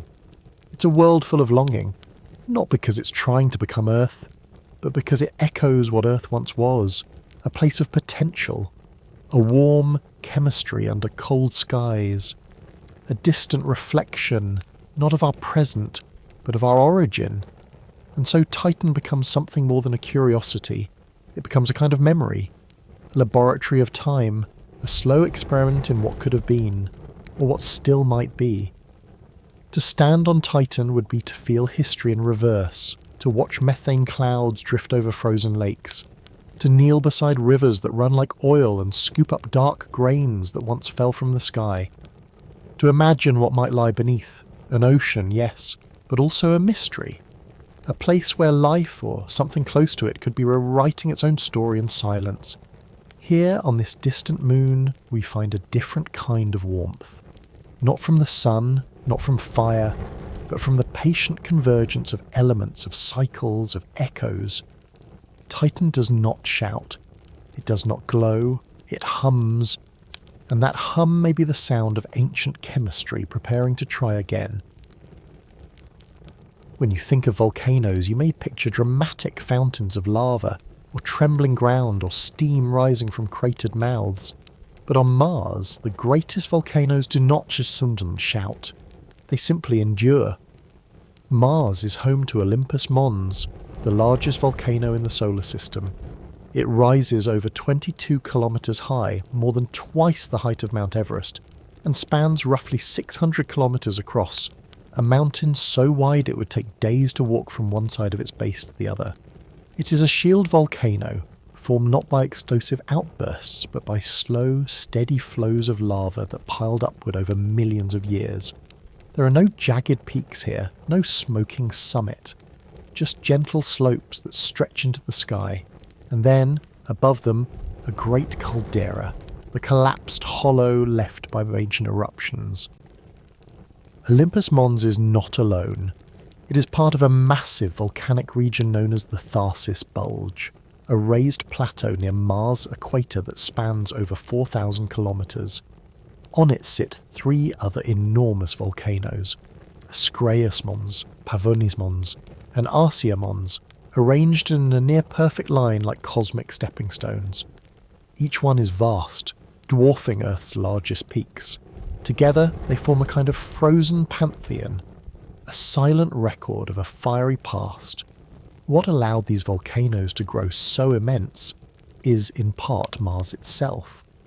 The planet has lower gravity than Earth's, about 38%, which means lava doesn't weigh down as much as it spreads and builds. And unlike Earth, Mars has no plate tectonics. On Earth, a volcano's source of magma moves with the shifting plates, so the hot spot beneath creates chains of volcanoes, like the Hawaiian Islands. But on Mars, the crust remains fixed. The heat source beneath Olympus Mons may have stayed in place for tens of millions of years, feeding lava into the same mountain, slowly building it skyward. But for all their size, these Martian volcanoes are quiet now. There are no glowing rivers of lava here, no smoke curling from the summit. The surfaces are cold, hard and covered in dust. The only sound you might hear, if you could stand there, is the whisper of wind carrying particles across the ancient rock, a soft brushing sound beneath a salmon-coloured sky. And yet standing on the slopes of Olympus Mons, if ever one could, would be unlike anything else. The base of the mountain curves with the horizon. Its size distorts perspective. The sky overhead, thinner than Earth's, would fade to black much faster. You would feel both elevated and entombed, like being on top of the world and the bottom of a story no longer being told. This quiet immensity is part of what makes Mars so haunting. It's a planet of leftovers, of grandeur without motion, scale without sound. But in the stillness is also suggestion. These mountains were once alive. Once they bled lava and exhaled gas. Once they reached higher still, and they may have helped give Mars a chance at life. Long ago, Mars may have had a thicker atmosphere, one rich in carbon dioxide and water vapour, outgassed by volcanic eruptions like those that built Olympus Mons. That atmosphere would have trapped heat, raised pressure, and allowed liquid water to flow across the surface. We see the evidence everywhere: dry riverbeds, ancient deltas, shorelines of long-vanished lakes. Some believe Mars may have been habitable during this volcanic era, not warm in the way Earth is warm, but warm enough for lakes, warm enough for chemistry. And it's possible that volcanoes were central to this brief window, not just in creating the land, but in offering the ingredients of life: heat, carbon, hydrogen, nitrogen. But the fire faded. Over time, Mars cooled, its core lost energy, its magnetic field weakened, and eventually collapsed. Without that magnetic protection, the solar wind, a stream of charged particles from the sun, began to strip away the atmosphere. Bit by bit, the pressure dropped. The temperature fell. Water, if it remained, sank below the surface or froze into the soil. And the great volcanoes, their heat depleted, fell silent. Still, silence is not the same as death. Some data hints that Olympus Mons may not be entirely extinct. Crater counts suggest that parts of its surface are geologically young, perhaps as little as 2 million years old. In planetary terms, that's recent. It's possible the volcano still breathes in some way, slowly, deeply, once every epoch or so. We don't yet know, but what we do know is this: Mars remembers. In its scarred surface, its towering calderas, its vast lava plains, it holds the memory of fire. And in that memory there is both a warning and a promise. For future explorers, Olympus Mons may be more than a monument. It may be a destination, a place to study the inner life of a planet, to learn how worlds rise and fall, a place of extreme scale and strange quiet, where one could walk along frozen lava flows, run fingers along ancient basalt, and listen for echoes that have not been heard in a billion years. There is something about standing in a place shaped by ancient forces and knowing they are no longer at work. Something sobering, something humbling. Olympus Mons does not erupt anymore, but it looms, it watches, and perhaps in its silence, it waits. There's a quiet ache to Mars, not just in its stillness, but in what it once held and gradually let slip away. If you look at its ancient channels, the ghostly remnants of riverbeds and valleys long gone dry, you begin to sense a kind of planetary memory. A time when Mars was not only shaped by fire, but by water. When its skies may have been thicker, its air warmer, and its surface, just perhaps, capable of supporting something that lived or tried to. Much of that possibility begins with volcanism. On Earth, volcanic eruptions have helped build the atmosphere by releasing gases trapped inside the planet. Water vapour, carbon dioxide, methane, sulfur dioxide. On Mars, the same processes were likely at work during its early history, when Olympus Mons and the volcanoes of the Tharsis region were still active, feeding not just lava to the surface but gases to the sky. These outgassed volatiles over time would have formed a substantial atmosphere, one thick enough to trap heat, allow water to remain liquid on the surface and support a more temperate climate. This is not mere speculation. Mars is covered with geologic features that speak of water's presence. Delta fans, dried up lakes, winding channels, even what looks like shorelines. For these features to have formed, water must have once flowed. And for water to flow, the pressure and temperature must have been vastly different than they are today.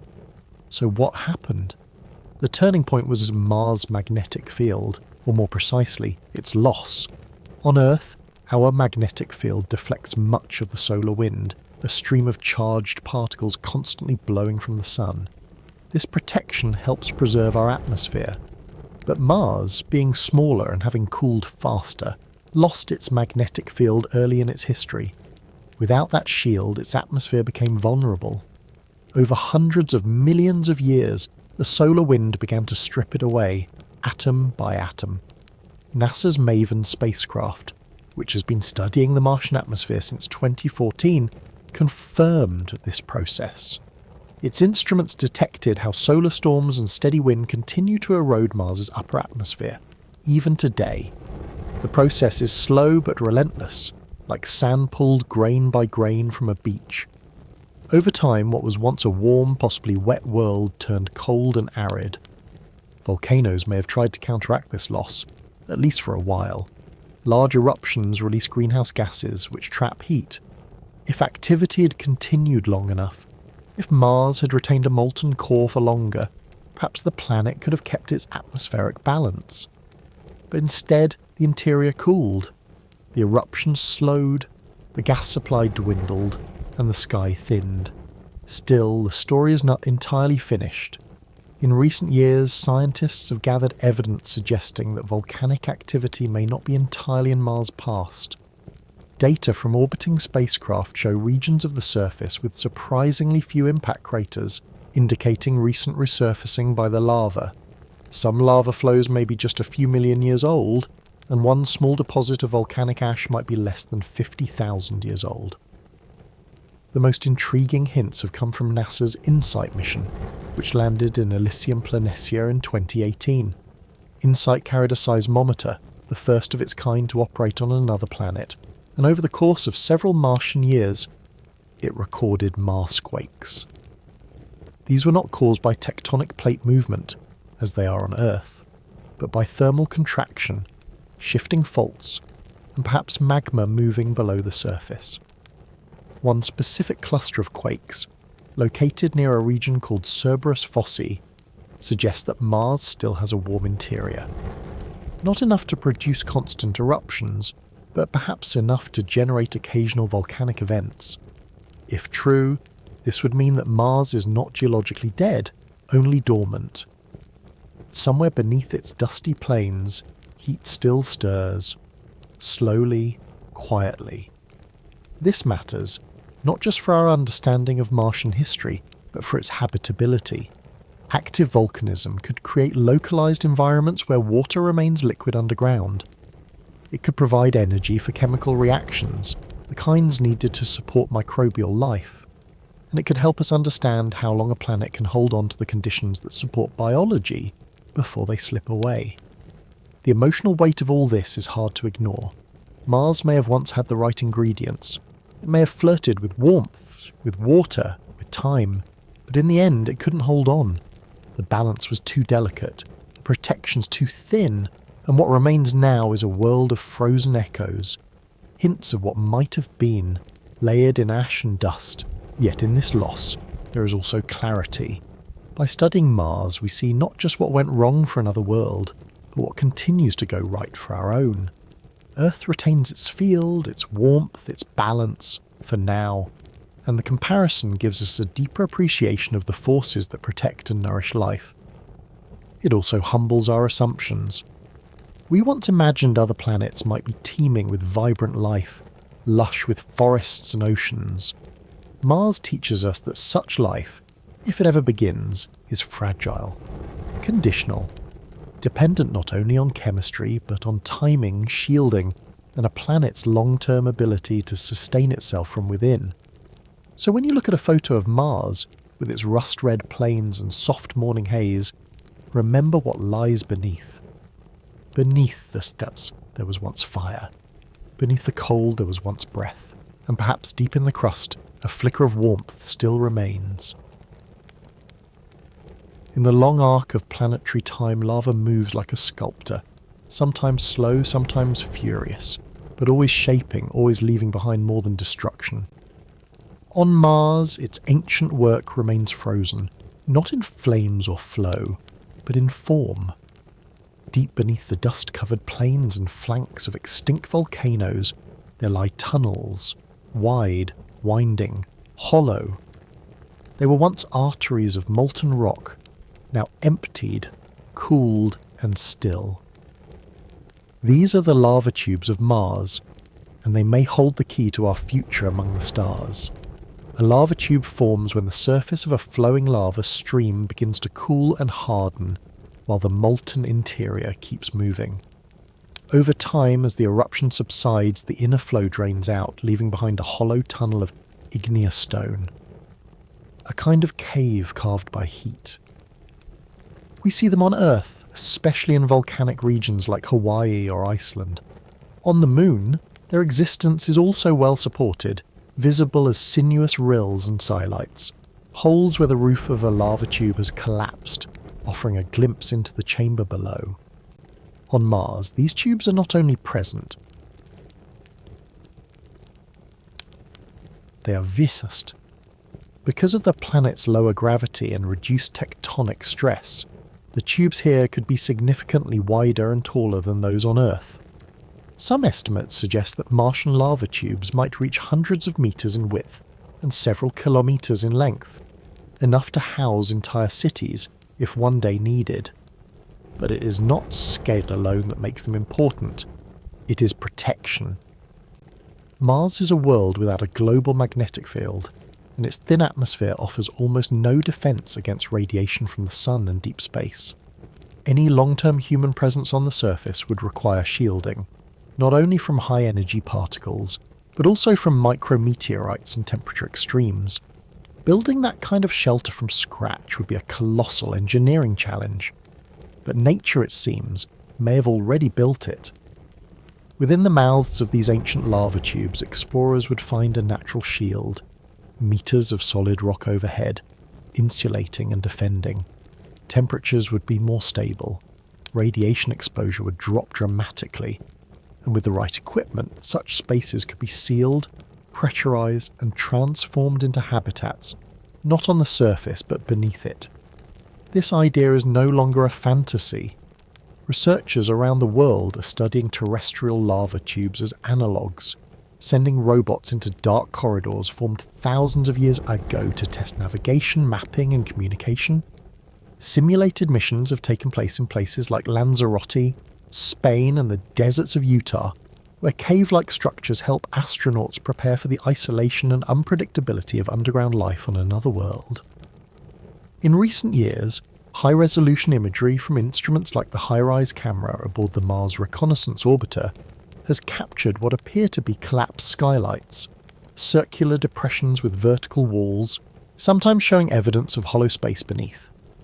These features are likely entry points into lava tubes. One in particular, located in the Tharsis region, is over 150 meters wide, enough by some estimates to fit the entire Great Pyramid of Giza inside, not stacked, but standing upright. These tubes are not just geological curiosities, they are time capsules. Within them, the Martian surface has been preserved, shielded from wind erosion, cosmic rays, and dust storms. If we wish to understand what Mars was like before its atmosphere faded, what its rocks, ices, or even organics looked like billions of years ago, these tunnels may hold the answers. And perhaps if life ever did exist on Mars, these caves could have served as refuges. As the surface became hostile, cold and irradiated, microbial life might have retreated underground, clinging to warmth and protection. Even today, if any extremophiles persist on Mars, the interiors of lava tubes, with their stable conditions and possible access to subsurface ice, would be among the most promising places to search. The poetic contrast is striking. Volcanoes are often seen as destroyers, fountains of heat and ash that reshape landscapes through force. But here, the same flows that once scorched the surface may offer sanctuary. The tubes, born in fire, now wait in silence, not to erupt, but to shelter. And beyond their function, there's something emotionally compelling about these hidden spaces. On a world as exposed as Mars, where the horizon stretches in every direction and the thin air whispers of emptiness, the idea of descending into the ground, into a space that feels enclosed, quiet, almost Earth-like, holds a certain comfort. These places are not merely shelters from radiation, they are psychological havens, spaces that mimic the caves our ancestors once sought out on Earth. Warmth, darkness, protection from the elements, return to the womb of stone. Even the symbolism feels rich. Humanity, having climbed from its own caves long ago, may now descend into Martian ones, not to hide but to begin again, to build, to explore, to rest beneath a roof not made by hands but by time and magma. As we continue to dream of Mars, not as a place of conquest, but of cooperation and resilience, the lava tubes become more than scientific targets. They become chapters in the story of survival, of adaptation, of learning to listen to what a planet quietly offers. They remind us that the past is not gone. It is shaped into stone, and sometimes within those old shapes a path forward is waiting. Each night the moon appears, constant, pale, familiar. It is the closest celestial body to us, the most visible companion in our sky. We see its phases, its face, its glow, but we rarely consider what lies beneath that light. We rarely think of the moon not as a symbol, but as a world, one shaped not by serenity, but by fire. Look closely at its surface and you'll notice two kinds of terrain: the brighter, more heavily cratered highlands, and the darker, smoother regions that form great splotches across its face. These dark areas are called Maria, Latin for seas, named long ago by observers who believed they might contain water. In truth, they are basalt plains formed from ancient volcanic activity billions of years ago, and they tell the story of a moon that was once very different from the quiet satellite we know today. After the moon formed, likely from a colossal impact between the early Earth and a Mars-sized body, its surface was a churning sea of molten rock. Over time, this ocean of magma cooled, forming a crust, but the inside remained hot, and as asteroids and comets bombarded the young moon, enormous impacts cracked the crust, opening deep fissures that reached down toward the heat. From these wounds, lava surged upward, spreading across low-lying areas and filling impact basins with black volcanic rock. These eruptions were not explosive like the cone-shaped volcanoes of Earth. There were no clouds of ash, no fountains of flame. Instead, they were slow and massive. Lava flowed in sheets, spreading out over hundreds of kilometers. It filled crater basins and pooled into vast plains. The Imbrium Basin, Serenitatis, Tranquillitatis and others, all formed by ancient impacts and later flooded by lava. That lava then cooled, hardened and darkened, and creating the Maria we still see with the naked eye today. These flows occurred mostly between 3 and 4 billion years ago, during a time called the Late Heavy Bombardment. Since then, there has been little to no volcanic activity. The moon, unlike Earth, is small. Its interior cooled quickly. Without the insulation of an atmosphere and with so little mass to retain heat, The engine of volcanism wound down rapidly, the molten heart of the moon solidified, and with that the world fell sealant. Today, the Maria are among the youngest features on the moon, which is to say, they're only 3 billion years old. In their smoothness, they preserve a kind of stillness that contrasts with the chaotic, heavily cratered highlands around them. But even these plains bear scars.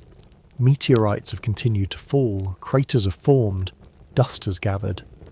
Yet through it all, the underlying shape remains, the signature of molten youth, fossilized in stone. Because the moon has no atmosphere, no wind, no rain. Its surface has changed very little since those lava flows solidified. There is no erosion to blur the lines, no weather to wear down the ridges. What you see when you look at the moon is not just light bouncing from a dusty sphere, but it's a map of deep time, a planet-sized photograph of volcanic processes long extinct. And yet, for all its substance, the moon has taught us much about how planetary interiors behave. The study of lunar rocks, brought back by the Apollo missions, revealed the chemical signature of basaltic lava, similar in many ways to the lava found in Earth's oceanic crust. It showed us how the heat of formation, the energy of impacts, and the slow cooling of rock come together to shape a planetary body.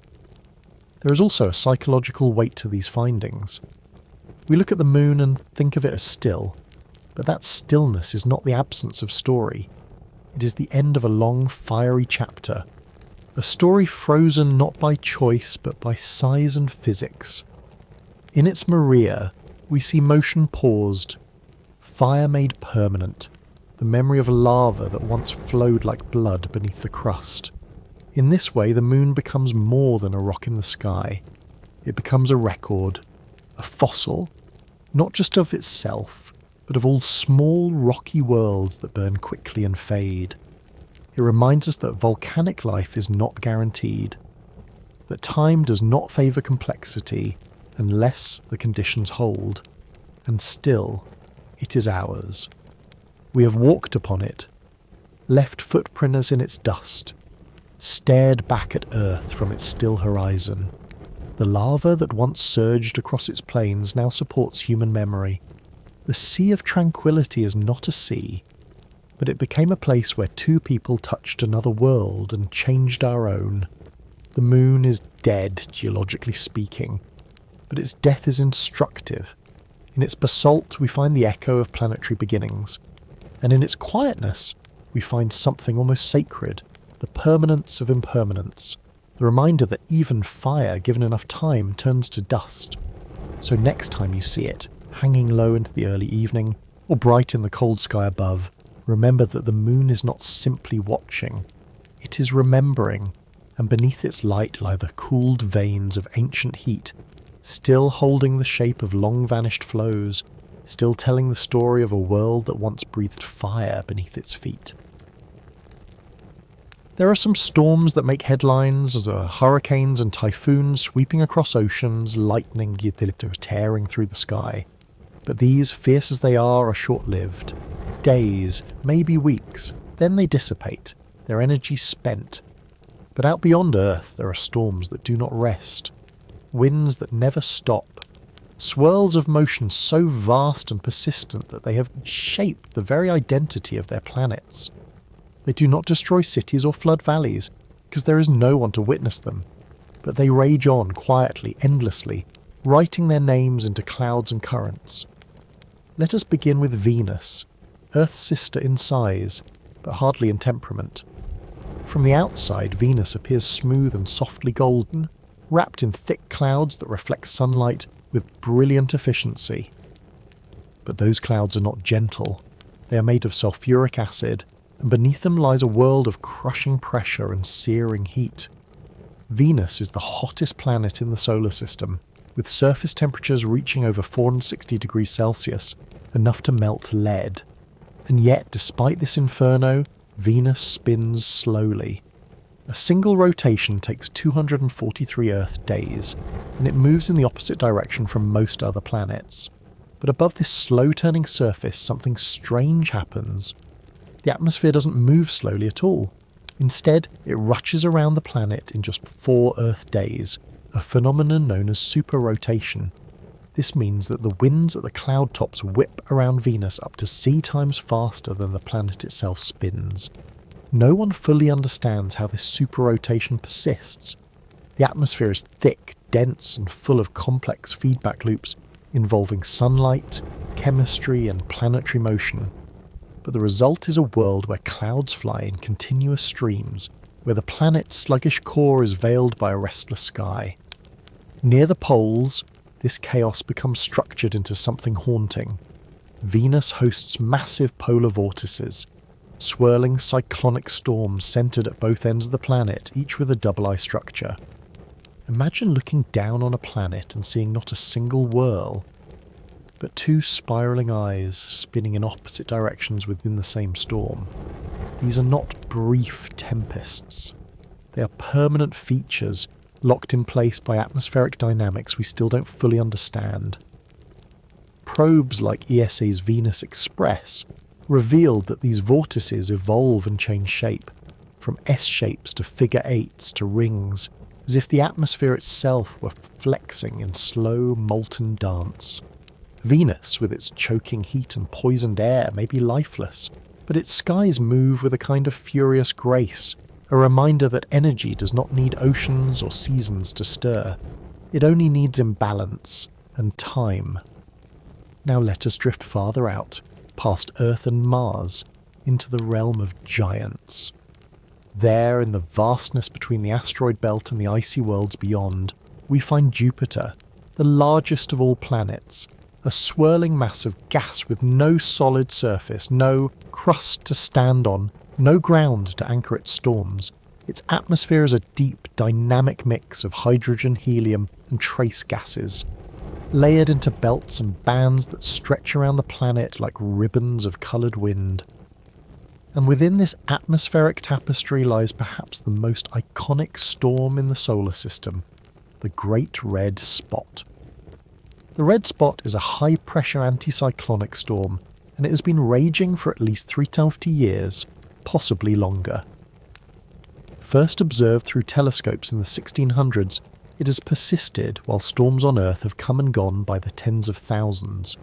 It is enormous, wider than Earth itself, although it has been shrinking in recent decades. Once large enough to fit 3 Earths side by side, it now measures roughly 1.5 Earth widths across. Still vast, still swirling. The red spot rotates counterclockwise in Jupiter's southern hemisphere, with wind speeds reaching 430 to 680 kilometers per hour. Its colour changes over time, from deep crimson to pale salmon, likely due to chemical reactions in the upper atmosphere or interactions with ultraviolet light from the sun. But what gives it endurance is not entirely clear. One explanation is Jupiter's lack of a solid surface. On Earth, storms eventually break apart when they encounter land, mountains, coastlines, friction. But on Jupiter there is no land, only fluid dynamics and deep convection. Warm gases rise, cool gases sink, and horizontal winds twist in perpetual motion. The storm is fed from below by the planet's internal heat, a remnant from its formation. In fact, Jupiter emits more energy than it receives from the Sun, which helps sustain its churning skies. Jupiter's atmosphere is banded, striped, and sculpted by these currents. Jet streams run east and west in alternating layers, separating clouds into dark belts and light zones. In some regions, these bands shear against each other, creating turbulence and spawning other smaller storms, ovals, eddies, spirals, some of which last for the decades themselves. And through it all, the red spot turns. Not as a relic, but as a participant in a planetary ballet that defies simplicity. It is a reminder that not all violence is destructive, and not all storms are brief. Some become part of a planet's rhythm, pulsing like a slow heartbeat under clouded skies. Both Venus and Jupiter, though wildly different in composition and history, share this truth. Their atmospheres are not calm and never have been. They are in motion, always. On Venus, winds defy the spin of the planet. On Jupiter, storms can outlast generations. And in their restlessness, they tell us something profound, that planets are never truly still, even when they seem silent from afar. If the moon is a frozen echo of gentle tides and shadowed tranquility, then Mercury is something harsher, not more violent perhaps, but more bare. Where the moon coolly reflects Earth's sunlight from afar, Mercury absorbs the full blast of solar radiation with little protection. It is the innermost planet, the smallest and among the most mysterious. Its surface is scorched by day and frozen by night.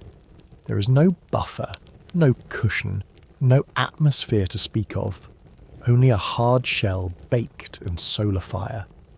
But beneath that shell lies a story, not of current motion, but of past heat, a history told in plains, ridges, cracks, and strange stillness. Mercury too once flowed with lava. Its volcanic heritage, though less apparent to the casual observer, is written into the terrain with a kind of stark clarity, the kind that only a world stripped of weather and water can preserve. Look at Mercury through the eyes of a spacecraft, as we have with NASA's Messenger mission, and soon again with Bepi Colombo, and you'll see a landscape covered in impact craters similar to the Moon, but not entirely the same.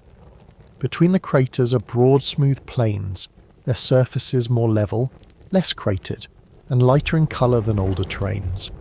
These plains are signs of ancient lava flooding, similar to the Maria of the Moon, but on a much larger scale. The lava that created them likely surged out through deep fractures and cracks, filling lowlands and spreading outward, burying the terrain beneath.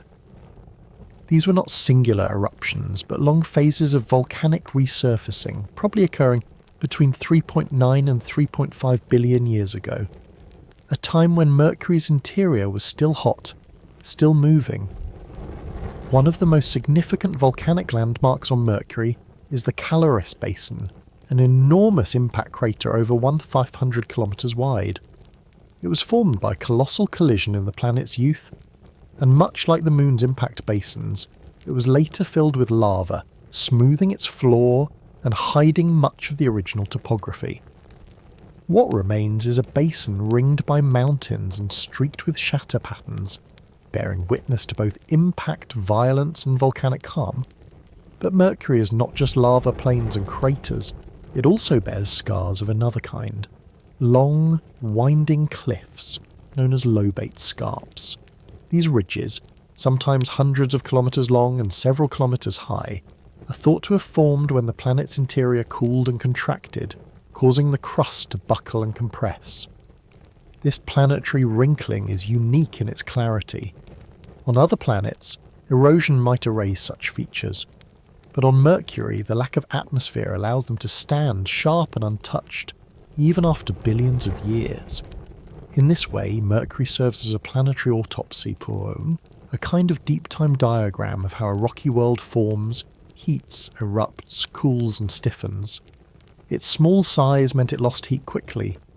Its proximity to the sun meant any volatiles it once held, water, atmosphere, were stripped away or burned off early, and with no protective blanket, the surface became not just exposed, but preserved. Each feature is a layer of ancient evidence, not smoothed by wind or washed by rain, but frozen in place by the absence of change. Interestingly, despite its proximity to the sun, Mercury is not entirely dead inside. Messenger detected hollows, small irregular depressions that appear bright and relatively young. Some scientists believe these may be the result of volatile substances vaporizing from within the crust, a process known as sublimation. Though not volcanic in the traditional sense, it hints that Mercury may still have internal processes, slow and subtle, whispering under its burnt surface. Yet Mercury remains one of the least explored planets in our solar system. It has no moons, no thick atmosphere to study, no geysers, no oceans, no cryovolcanoes. Its surface doesn't move anymore. Its mantle is stiff, Its molten core, if it remains at all, is likely quiet, offering only the weak ghost of a magnetic field. But that doesn't mean Mercury has nothing to tell us. On the contrary, it teaches us something essential about planetary life cycles. Not every world remains warm and dynamic. Some burn quickly and fade. Some never gather the layers needed to support oceans or shield atmospheres. And some, like Mercury, leave behind skeletons of stone, bodies stripped down to their basic forms, no longer active, but deeply informative. In its silence, Mercury becomes a kind of standard, a control group, a way of understanding how different size, composition, and position within the solar system affect a planet's fate. Compared to Venus, Earth, and Mars, Mercury shows what happens when a world cools too quickly, when it cannot hold on to its gases, when it is overexposed and underprotected, and in doing so it anchors the wider story. From Io's fiery screams to Enceladus's icy breath, from Titan's methane lakes to Mars's lava tubes, and now to Mercury's hardened face, we begin to see the full range of volcanic destiny. Not as a single path, but as many, some loud, some silent, some still ongoing, some long finished. So when you imagine Mercury, imagine not just a hot, bright orb skimming the sun.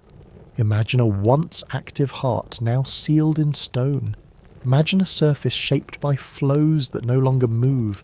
A world that burned fast, burned hard, and now waits, not for rebirth, but simply to be seen. It is easy to overlook such a place. But in a universe of change, there is something profound about the ones that have already changed and stopped. Their lessons are not written in flame, but in stone that remembers. And sometimes the stillest voices carry the deepest truths. The further you move from the warmth of the sun, the stranger the weather becomes. You might expect stillness in the outer solar system, a frozen quiet where the cold suffocates motion. But the truth is more surprising. On the gas and ice giants, motion persists, amplified by unfamiliar chemistry, mysterious physics, and internal heat. There, weather doesn't merely exert, or it defies expectation. Take Saturn, for instance, a planet of elegance, pale gold adorned with rings so delicate they look like they might shatter if touched. But beneath that serenity, Saturn holds a storm that is anything but gentle, not in its violence but in its shape. At the planet's north pole lies one of the most visually perplexing features in the solar system, a hexagon-shaped storm. This isn't an illusion or a trick of light. It is a stable six-sided jet stream roughly 30,000 kilometers wide, larger than twice the width of Earth. First captured in detail by the Cassini spacecraft, this geometric vortex spins in place, maintaining its sharp angles year after year. How can a storm take such a perfect shape? The leading explanation involves standing wave patterns in the atmosphere, similar to how a rotating fluid in a lab dish can spontaneously form polygons under the right conditions. But there's something uncanny about seeing that happen on a planetary scale. A swirling hexagon locked around a pole, framed by curtains of clouds and lit by the filtered light of a distant sun. It is the kind of phenomenon that reminds us how alien even familiar shapes can become when stretched across thousands of kilometers of hydrogen sky.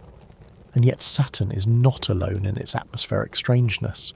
Continue outward, past the rings and moons, and you arrive at Neptune, cold, dark, and surprisingly fierce.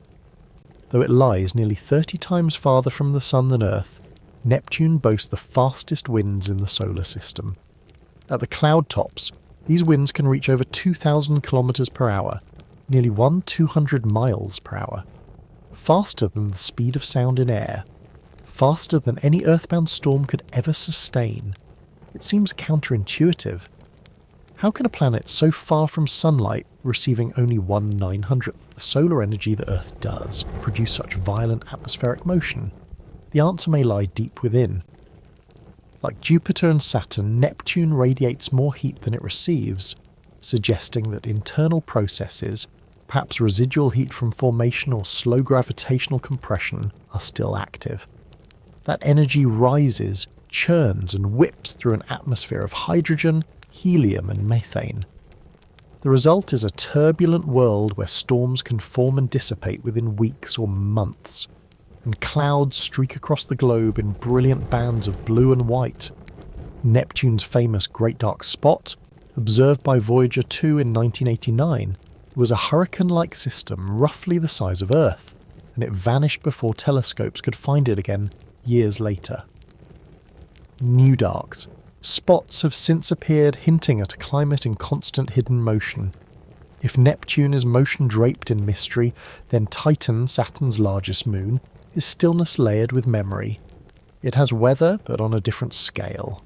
Here, temperatures hover around 90 degrees, and the atmosphere is thick, denser than Earth's, composed mostly of nitrogen, with a trace of methane that transforms the sky into a golden haze, and that methane rains. Yes, Titan has rainstorms, but they are not made of water.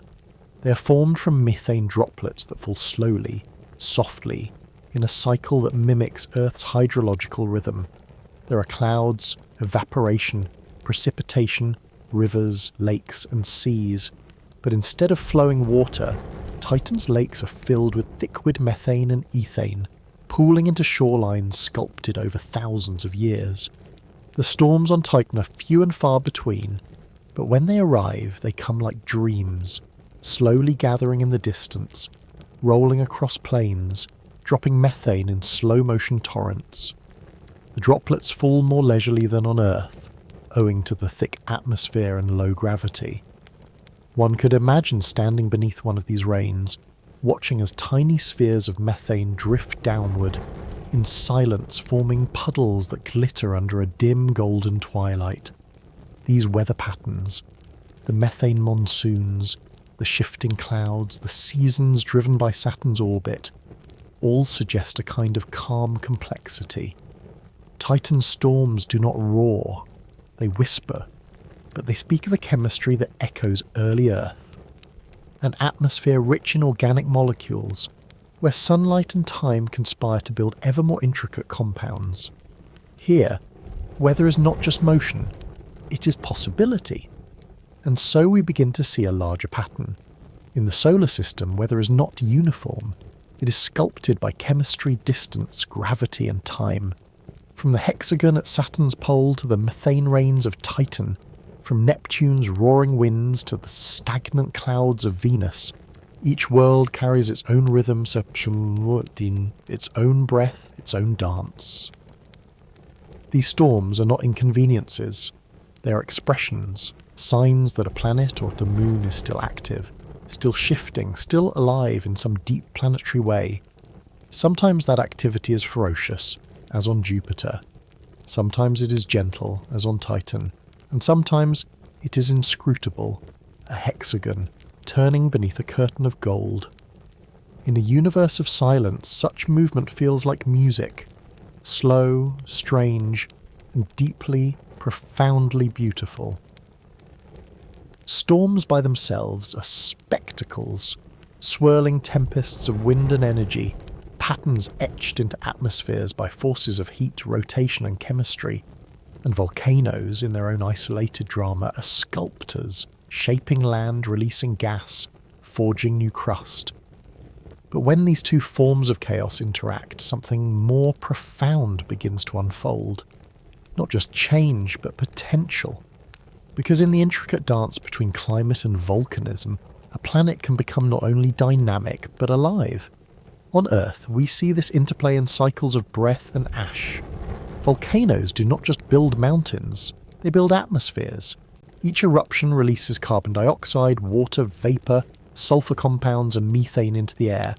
Greenhouse gases that trap heat and, over geologic time, help regulate temperature. Too much, and the planet warms. Too little, and it freezes. It's a delicate balance. And Earth has walked that tightrope for billions of years. Consider the Permian-Triassic extinction, the most severe in Earth's history. It coincided with massive volcanic activity in what is now Siberia. releasing enormous amounts of CO2 into the atmosphere. Temperatures rose, oceans acidified, life suffered. But in other times, such as after the Toba super eruption, the opposite occurred. Aerosols and ash particles filled the sky, reflecting sunlight and cooling the planet in a brief volcanic winter. These twin powers, warming and cooling, show how eruptions don't simply destroy. They modulate.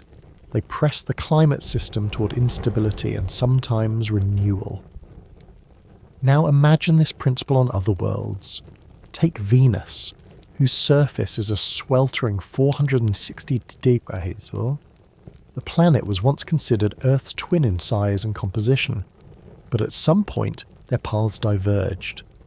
It's believed that intense volcanic activity on Venus released vast amounts of CO2 into the atmosphere, but without oceans to absorb it, or plate tectonics to cycle it back into the crust, the CO2 accumulated. The result? A runaway greenhouse effect. Clouds thickened, heat rose, and Venus crossed a threshold from which it could never return. Today its clouds trap heat so effectively that night and day are almost the same temperature. Its storms, swirling polar vortices and chaotic winds are powered not by seasons or sunlight alone, but by the sheer suffocating density of its atmosphere. The lesson here is quiet but clear. Without a regulating system, volcanism can push a world into uninhabitable extremes. Storms, once part of a life-sustaining balance, become symptoms of catastrophe. But elsewhere, the interplay may be more hopeful. On Titan, methane takes the role of water. Volcanoes may still exist, or cryovolcanoes, spewing not lava, but slushy mixtures of water and ammonia. These eruptions could replenish the methane in the atmosphere, supporting a methane cycle of evaporation, cloud formation and rain. Titan's weather, slow and dreamy as it seems, may be partially sustained by internal heat, a heartbeat beneath the ice, keeping the sky breathing. On Enceladus and Europa, subsurface oceans lie beneath frozen crusts. Their surfaces are broken, marked by fractures and plumes, hints of geothermal energy below. Here, weather is not wind but tidal stress, pulled and flexed by giant neighbours. The storms come in the form of heat pulses, geysers of vapour, and shifting ice. And though these moons lack atmospheres in the traditional sense, their geological activity still shapes their habitability. Water, heat and chemistry, stirred by tidal volcanism, offer the building blocks of life. Even Mars, with its thin atmosphere and extinct volcanoes, shows traces of climate-volcano interaction. Olympus Mons and the Tharsis region may have once released enough gases to warm the planet, briefly allowing liquid water to flow. Today, dust storms still rage across the surface, interacting with temperature gradients and surface features shaped long ago by fire. Some scientists suggest that residual volcanic warmth might still drive seasonal gas emissions, subtle but real hints that even a quiet world can still whisper. And beyond our solar system, this theme extends into exoplanetary science. On newly discovered planets, we search not only for surface temperatures and orbit distances, but for signs of climatic variation, indicators that a planet is not static. A dynamic climate, even if chaotic, may allow feedback loops that stabilise conditions over time. A volatile atmosphere may signal volcanic recycling, a planet that breathes in its own way. Some researchers even suggest that certain super-Earths, rocky planets larger than Earth, may have stronger internal heat and more vigorous volcanic cycling, potentially extending their habitability. If they also host thick atmospheres and cloud systems, then volcanism and weather together might offer long-lived environments suitable for life. Not tranquil, not gentle, but resilient. In this way, chaos becomes cradle, storms stir the skies, volcanoes feed the air, and somewhere in the mix, in the heated ocean, the rainy methane, the sulphur winds or carbon haze, life might find a niche. What seems destructive at one scale may become generative at another. Because in planetary terms, Instability is not always a curse, sometimes it is the only way forward. A perfectly quiet world may be beautiful but lifeless. A world with storms and fire, unpredictable, erratic, sometimes harsh, some may be the only kind of place where complexity can arise, where conditions shift and open new pathways, where molecules are thrown together not in calm but in collision. So when we speak of weather, of eruptions, of tempests and tides, we are not describing distractions from life, we are describing the rhythm beneath it, the background music of becoming, not the end but the start. Imagine a world where the ground is not made of stone but of boiling silicate lava, a landscape so hot that the very crust sweats molten rock and iron vaporizes into a haze that clings to the sky. A place where one side of the planet always faces its star, baking under relentless heat, while the other remains in eternal night, frozen, silent, locked in shadow. These are not the dreams of science fiction. They are real places, hell worlds they are sometimes called, exoplanets that test the limits of our imagination and redefine what a planet can be. Among the most startling are the hot Jupiters, gas giants that orbit so close to their stars that a single year can last only a few days. Their atmospheres are puffed out by heat, stretched thin by stellar winds, often glowing with reflected and re-emitted light. Temperatures on their surfaces, or rather their cloud tops, can exceed 2000 degrees Celsius, hotter than some stars. At such extremes, atoms break apart, molecules disintegrate, and weather takes on bizarre forms: metallic rain, silicate clouds, even glass shards carried on supersonic winds. Consider WASP-12b, one of the best-known hot Jupiters.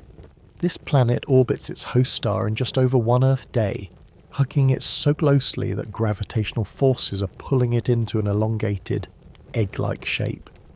It is being slowly torn apart, its atmosphere spiralling into its star like a slow-motion scream. In ultraviolet, the planet shines with ghostly blue light, not from its surface, but from the gases being stripped and scattered in space. The process is not immediate. It will take millions of years, but eventually WASP-12b will vanish, consumed by the very object that once gave it light. And then there is Corot-7b, a smaller planet, likely rocky, with a very different kind of horror. It orbits so close to its star, less than 2 million kilometers away, that the day side is perpetually molten, with surface temperatures around 2400 degrees. The night side, hidden from the star, drops 200 degrees.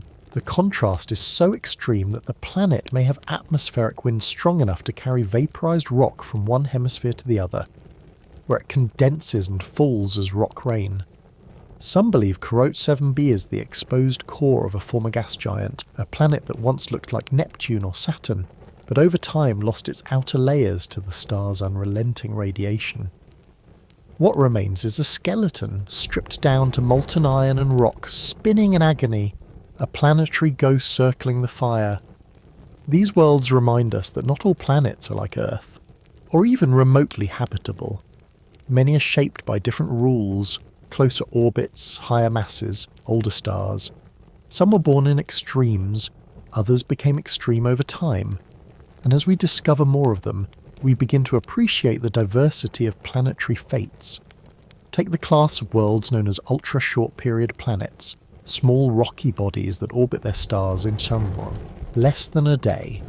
They are often tide-locked, with a hot side and a cold side, and their surfaces can be partially vaporized into thin, mineral-rich atmospheres. In such conditions, traditional weather disappears. Instead, the very substance of the ground participates in the atmospheric cycle, blurring the line between land and air. Another class includes super-Earths that orbit close to red dwarf stars, smaller, cooler stars that still pack enough energy to fry a planet sitting too near. In some cases, these worlds may have lava oceans, not just patches, but entire hemispheres of churning molten rock. Their skies, if they exist at all, may be thick with carbon monoxide, sulfur vapours, or other harsh compounds. It is weather, but not as we know it. The reason we find so many of these hellish planets is, ironically, because they are easier to detect. Orbiting close to their stars, they dim the starlight more frequently and more dramatically, making them stand out in transit surveys. Their high temperatures also make their thermal emissions detectable by instruments like Spitzer, TESS, and now the James Webb Space Telescope. What's fascinating is not just that they exist, but that we can study their atmospheres, analysing the light that passes through their chemical layers during transits. From this, we detect elements like sodium, potassium, iron vapour, even hints of titanium oxide, a molecule that may influence the thermal profile of their atmospheres. We are, quite literally, seeing the chemical shadows of planets that would incinerate any known form of life. But still, they are planets. Born from disks of dust and gas, shaped by gravity and chance, spun into paths that led them closer to their stars than seems reasonable or fair. And in their extremes, they serve as counterpoints to worlds like Earth. They show us not only what life may need, but what it may never survive. There is something deeply poetic in that. In the way a universe can offer up such variety, some worlds peaceful, others brutal. And yet each one obeys the same laws. Physics does not play favourites. It permits lava as easily as it permits lakes, rock rain as easily as morning mist. So when we think of exoplanets, we must think not only in terms of hopeful Earths, but also in terms of furnaces, of crumbling orbits, of winds that melt metal. Because these too are part of the story. They are reminders that the cosmos is not designed for comfort. It simply is, and in that is its majesty. For every scorched exoplanet we discover, every world gasping under the weight of fire, there are others, quieter, gentler, orbiting stars at calmer distances. Some of these planets dwell in what we call the habitable zone, where conditions may allow liquid water to exist. And though our instruments cannot yet peer down to their surfaces, we imagine them with oceans, clouds, maybe continents, not because we know they exist, but because we need them to. These are the quiet orbits, the possible havens in the interstellar sprawl. One of the first such candidates to catch the public imagination was Gliese 518G, a planet orbiting a red dwarf about 20 light-years away. Early observations suggested it sat squarely in the habitable zone. It was small, likely rocky, and though debate later arose about its true existence, it marked the beginning of a new kind of dream, the search for Earth-like planets around other stars. Worlds where the temperatures might hover between freezing and boiling. Worlds where atmospheres might trap just enough heat. Worlds where the delicate balance between energy and chemistry could, maybe, give rise to life. Today, thanks to space telescopes like Kepler, TESS, and the recent power of the James Webb Space Telescope, JWST, we've catalogued thousands of exoplanet candidates. Among them are not just scorched giants or frozen dwarfs, but temperate super-Earths, sub-Neptunes, and planets circling M-dwarfs, the most common stars in the galaxy. And some of these worlds show hints of atmosphere, the beginnings of a fingerprint. We can't see the surfaces, not yet, but when a planet passes in front of its star, a transit, a small portion of the starlight filters through the planet's atmosphere. By analysing that light with a spectroscope, we can detect the presence of molecules, water vapour, carbon dioxide, methane, and even exotic compounds like sulfur dioxide or hydrogen cyanide. This process, known as transmission spectroscopy, doesn't paint a full picture, but it does give us a sketch, a suggestion of skies, of chemistry, of the unseen. And among these atmospheric sketches, scientists are beginning to spot signs that volcanic activity may be present. For instance, if a planet's atmosphere contains certain ratios of sulfur compounds, or displays variability over time consistent with plumes of gas, it could indicate ongoing volcanism. JWST and upcoming missions like Ariel aim to observe these phenomena more directly, helping us distinguish between static worlds and geologically active ones. A key ingredient for maintaining atmosphere and potentially life. Geological activity means more than just lava flows.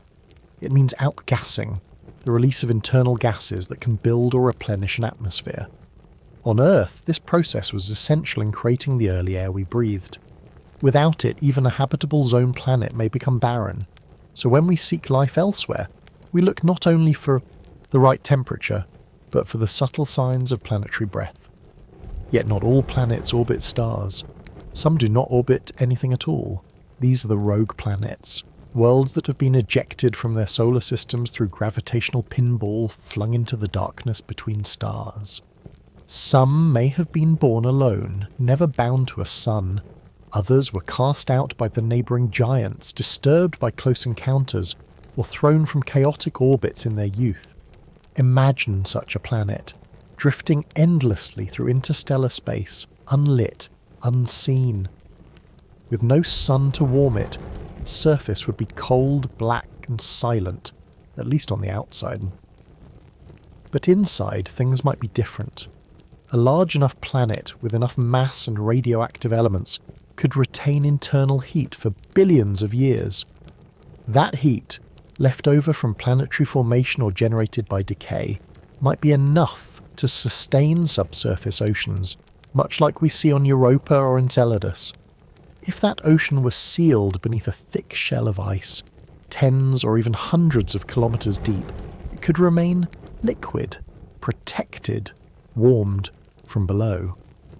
Life in such a place wouldn't need starlight.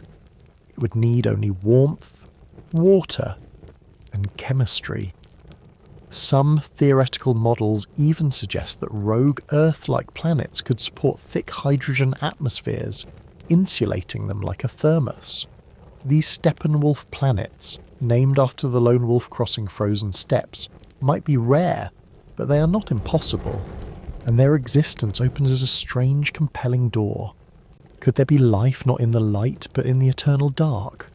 Creatures that evolved without photosynthesis. Ecosystems powered by chemosynthesis, as on Earth's deep-sea vents.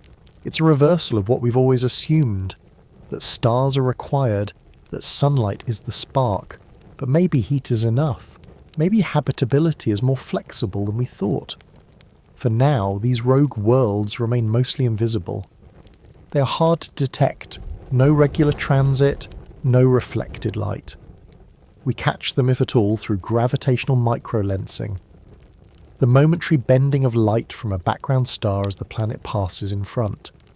Even then, the data is fleeting. A blip, a curve, a suggestion that a planet was there for just a moment. But they remind us of something vital. The universe is not only made of places like Earth. It is filled with strays, exiles, wanderers. Some are hot, some are icy, some may be hollowed out by past violence. Others, perhaps, quietly sustaining small miracles in the dark. Whether orbiting stars or cast out into silence, all of these planets challenge the narrow definitions we once held. Habitable zone is a starting point, not a rule. Sunlight is a luxury, not a necessity. And life, if it exists out there, may have taken shapes we can not yet picture. In that quiet complexity, in those whispered orbits and drifting shadows, we sense something bigger than survival. We sense adaptation, even without evidence. We sense the possibility that the cosmos, in its vastness, may hold not only the wild and the violent, but the calm, the enduring, and the quietly alive. When we speak of life beyond Earth, our imaginations often follow the light. We picture warm suns and blue skies, oceans glinting under distant starlight, and familiar rhythms of day and night. It is natural. On Earth, light is everything. It feeds the plants, which feed the animals, which feed us. But what if that's not the only way? What if life in some corners of the cosmos never saw the sky? It might seem improbable, but here on Earth, life already thrives in places where sunlight cannot reach. Deep in the ocean, far below the reach of even the faintest beam, entire ecosystems survive around hydrothermal vents. These cracks in the seafloor release scalding, mineral-rich water, heated by the volcanic activity below, and surrounding them are creatures, tube worms, blind shrimp, pale crabs, all supported not by photosynthesis, but by chemosynthesis. Microbes use the chemicals in the vent water to generate energy, forming the base of a strange and vibrant food chain. This is life without sunlight, life with heat and chemistry instead of sky and sun. And it raises a hauntingly beautiful possibility. Life does not require a star, only energy, molecules, and time. This idea becomes even more intriguing when we consider the icy moons of our own solar system. Europa, orbiting Jupiter, and Enceladus, orbiting Saturn, both have subsurface oceans, vast reservoirs of liquid water hidden beneath shells of ice. They are kept warm not by the sun, which barely reaches them, but by tidal heating. As they orbit their gas giants, gravitational forces stretch and flex them, generating internal friction and warmth. This warmth keeps water from freezing solid, even in the deep cold of the outer solar system. We've seen geysers on Enceladus, plumes of salty water, ice and organic compounds spraying hundreds of kilometers into space. We've mapped the cracked, chaotic surface of Europa, which hints at shifting ice plates and possible sub-ice tectonics. If there is volcanic activity on the seafloor of these moons, and there may well be, it could create conditions similar to Earth's hydrothermal vents. A source of heat, a bath of minerals and water in motion. Life's ingredients stirred by time. Now take that idea one step further. Remove the star entirely. Imagine a rogue planet, drifting in the darkness between solar systems, ejected from its birthplace by gravitational turmoil. Alone, cold, adrift. But not necessarily dead. If that planet is large enough, with a molten core and radioactive elements, it could retain internal heat for billions of years. With a thick enough layer of ice above it, and perhaps even a dense atmosphere of hydrogen to act as insulation, the interior could remain warm enough to sustain a liquid ocean beneath the crust. This is not science fiction. It is a scientifically modelled possibility. A world called a Steppenwolf planet. Cold on the outside, warm within. No seasons, no light, just pressure, minerals, heat and water. And in that dark ocean, shielded from cosmic radiation by kilometres of ice, life could evolve. It would be slow perhaps, subtle, shaped by gradients of temperature and salt, by the gentle rising of warm water, by the shifting crust beneath. But given time, and the universe offers plenty of that, chemistry might find a foothold. Cells might emerge, ecosystems might bloom in slow motion. Of course, such life would be completely isolated. No photosynthesis, no stargazing, no way to measure time by light.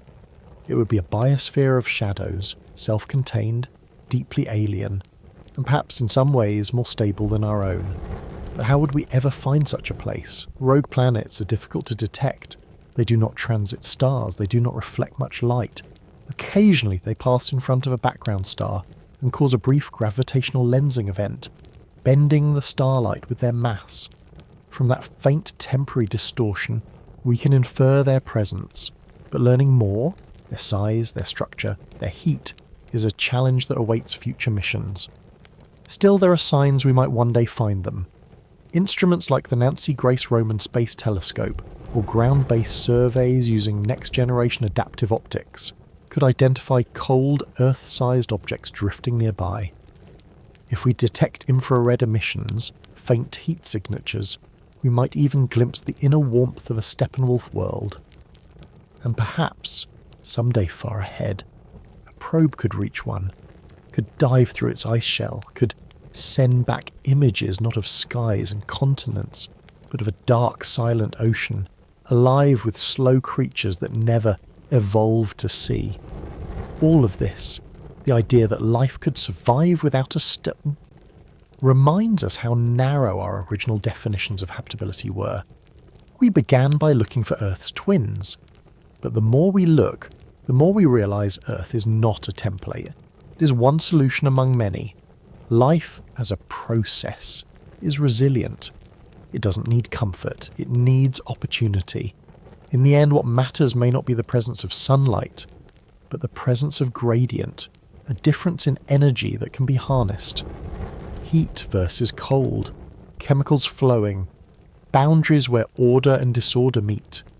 Wherever that gradient exists, in light or in dark, in fire or in ice, life may follow. So when we imagine the cosmos, let us not only picture blue skies and golden suns, let us also imagine black oceans beneath frozen ceilings. Let us imagine planets that drift, warmed from within, untouched by dawn.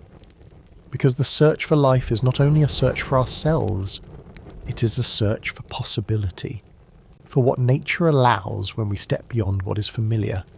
And perhaps in that far-off sea, in the silence of a world that never knew day, something stirs, something breathes, something waits. In the beginning there was no gentle springtime. There was vernis and ash, and rock that boiled until it broke. The planets of our solar system did not arrive softly. They were shaped by collisions and forged in heat, their surfaces chiselled by eruptions, their skies breathed into being by the deep murmurs of molten stone. And yet, through all of that, or perhaps because of it, life found a way to begin, not in spite of chaos, but through it. Over the last chapters of our quiet journey, we've wandered among these ancient worlds, brushing our awareness across volcanic peaks and frozen seas, feeling the breath of distant atmospheres and hearing the rumble of alien cores. On Earth, we saw how volcanoes gave us the raw materials of life: carbon dioxide, water vapour, methane, gases that built our atmosphere and oceans, and which still regulate the warmth of our days and nights. They brought minerals from the mantle to the surface, nourished ecosystems at the bottom of the sea, and shaped the lands we now call home. But volcanoes did not stop there. On Venus, they transformed a planet once so like ours into a radiant inferno, where clouds burn with acid and the surface broils in permanent twilight. Without oceans to draw down the volcanic carbon, greenhouse gases accumulated endlessly, and the balance broke. On Io, the violence never ceased. Jupiter's moon still writhes with sulphur and fire, its cien reshaped again and again by the tides of gravity. On Europa, that same pull warms an ocean beneath ice, while on Enceladus, volcanic plumes spray water and organic molecules into space like messages from a buried world. We've seen volcanoes frozen mid-breath on the moon, long since silenced. We've walked among the giants of Mars, where the largest volcano in the solar system sits still and cold, a sleeping titan beneath the red dust. We've stood beneath the slow storms of Titan, where ice may erupt and methane rains fall in a cycle echoing our own. And beyond, far beyond, we glimpsed planets so hot they glow, their surfaces melting under alien suns, their volcanic cores still churning, still spilling. In all of these places, volcanoes act as both destroyers and birthers. They tear apart landscapes as they suffocate skies.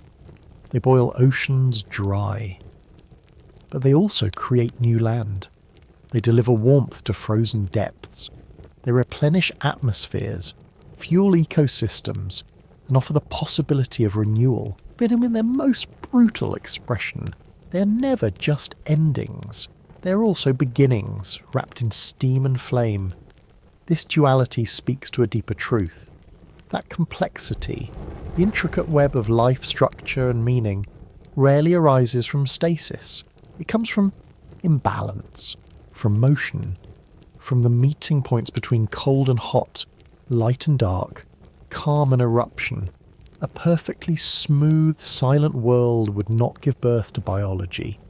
A planet where nothing changes, where no heat moves and no rock stirs, may be peaceful, but it would be empty. Earth, then, is not special because it is calm.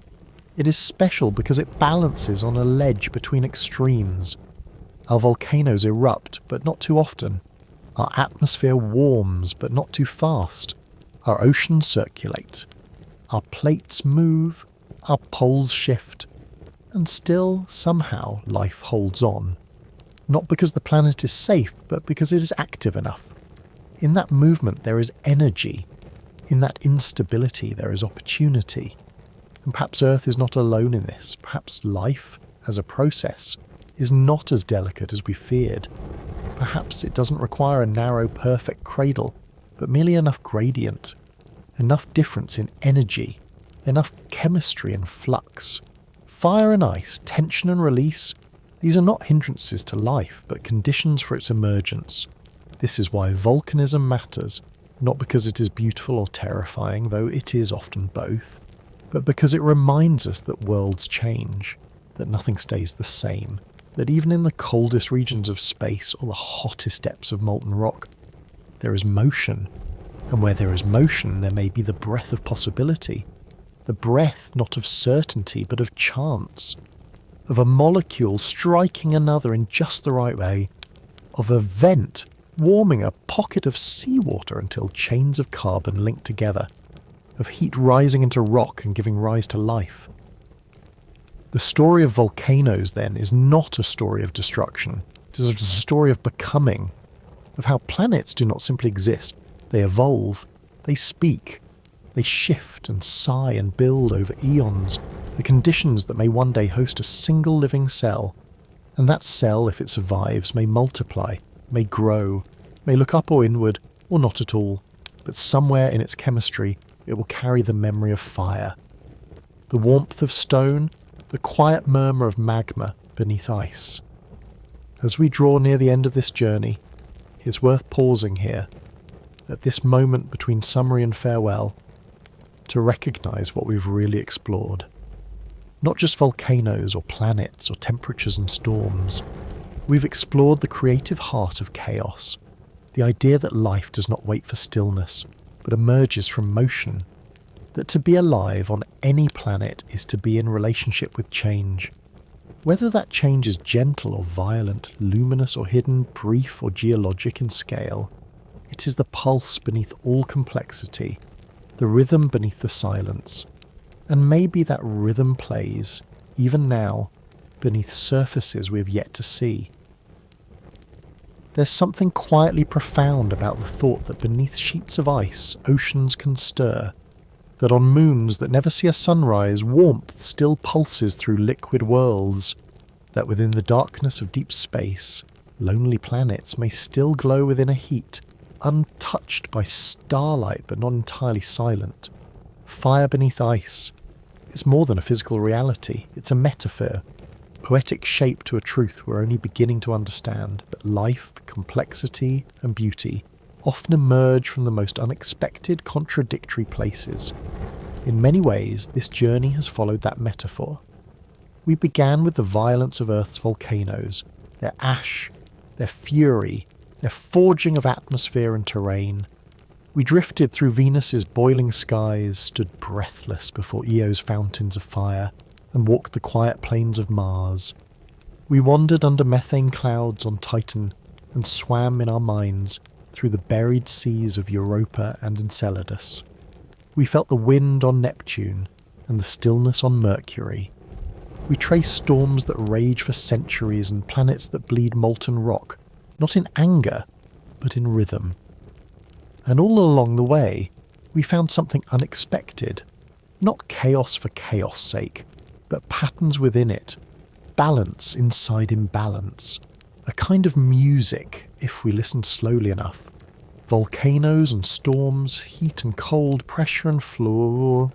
They are not interruptions to habitability. They are preconditions for it. It's tempting to think of our Earth as rare, as a cosmic fluke, but perhaps it's not uniqueness that matters. It's the presence of enough variables held in tension, enough warmth, but not too much, enough atmosphere, but not so much it suffocates, enough movement to stir chemistry, but not so much it wipes it away. In the dance between fire and frost, life doesn't seek stillness, it seeks balance in motion.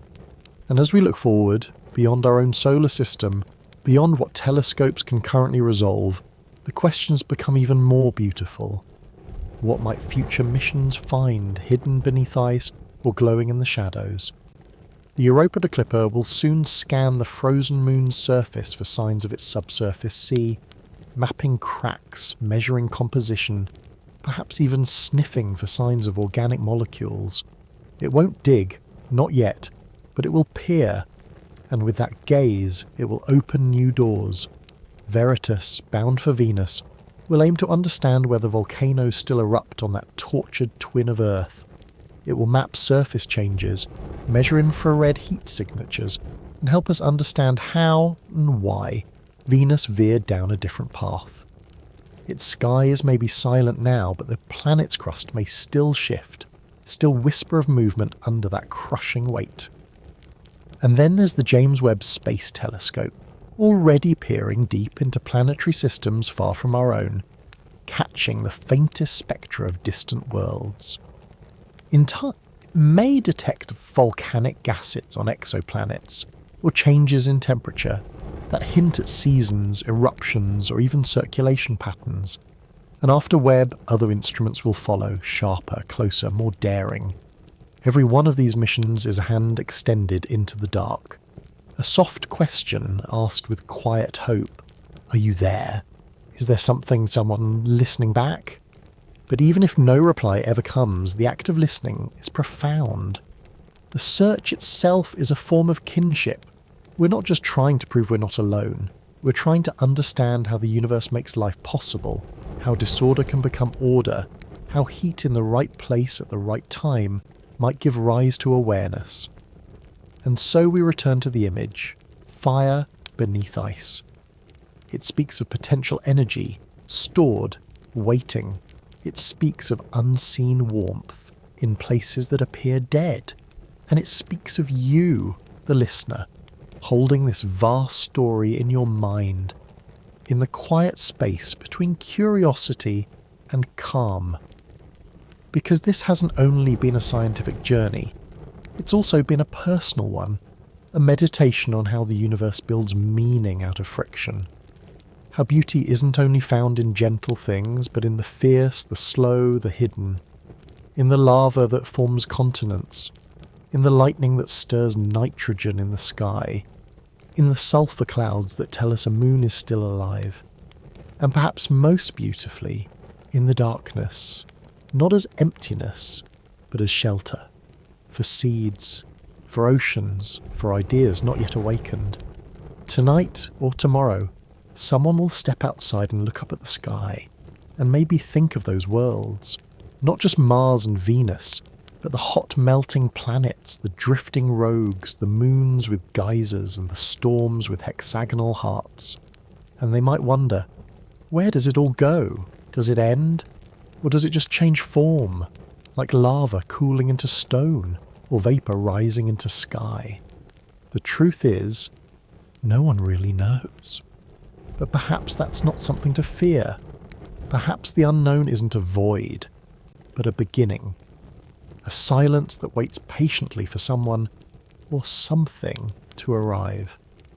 And so we end this journey not with certainty, but with trust in the process, in the heat beneath the surface, in the rhythms that outlive us, and in the strange, wondrous fact that life is not an accident within the cosmos, but perhaps an expression of its restlessness. Thank you for walking through fire and ice with me, for sitting quietly while planets turned and volcanoes whispered and oceans trembled under frozen shells. Whether you're still fully awake or already drifting somewhere beyond thought, know that your presence mattered to this moment and to the soft music we've made together. Sleep well now as the worlds keep spinning, as magma flows quietly beneath stone and dreams wander like rogue planets through the dark.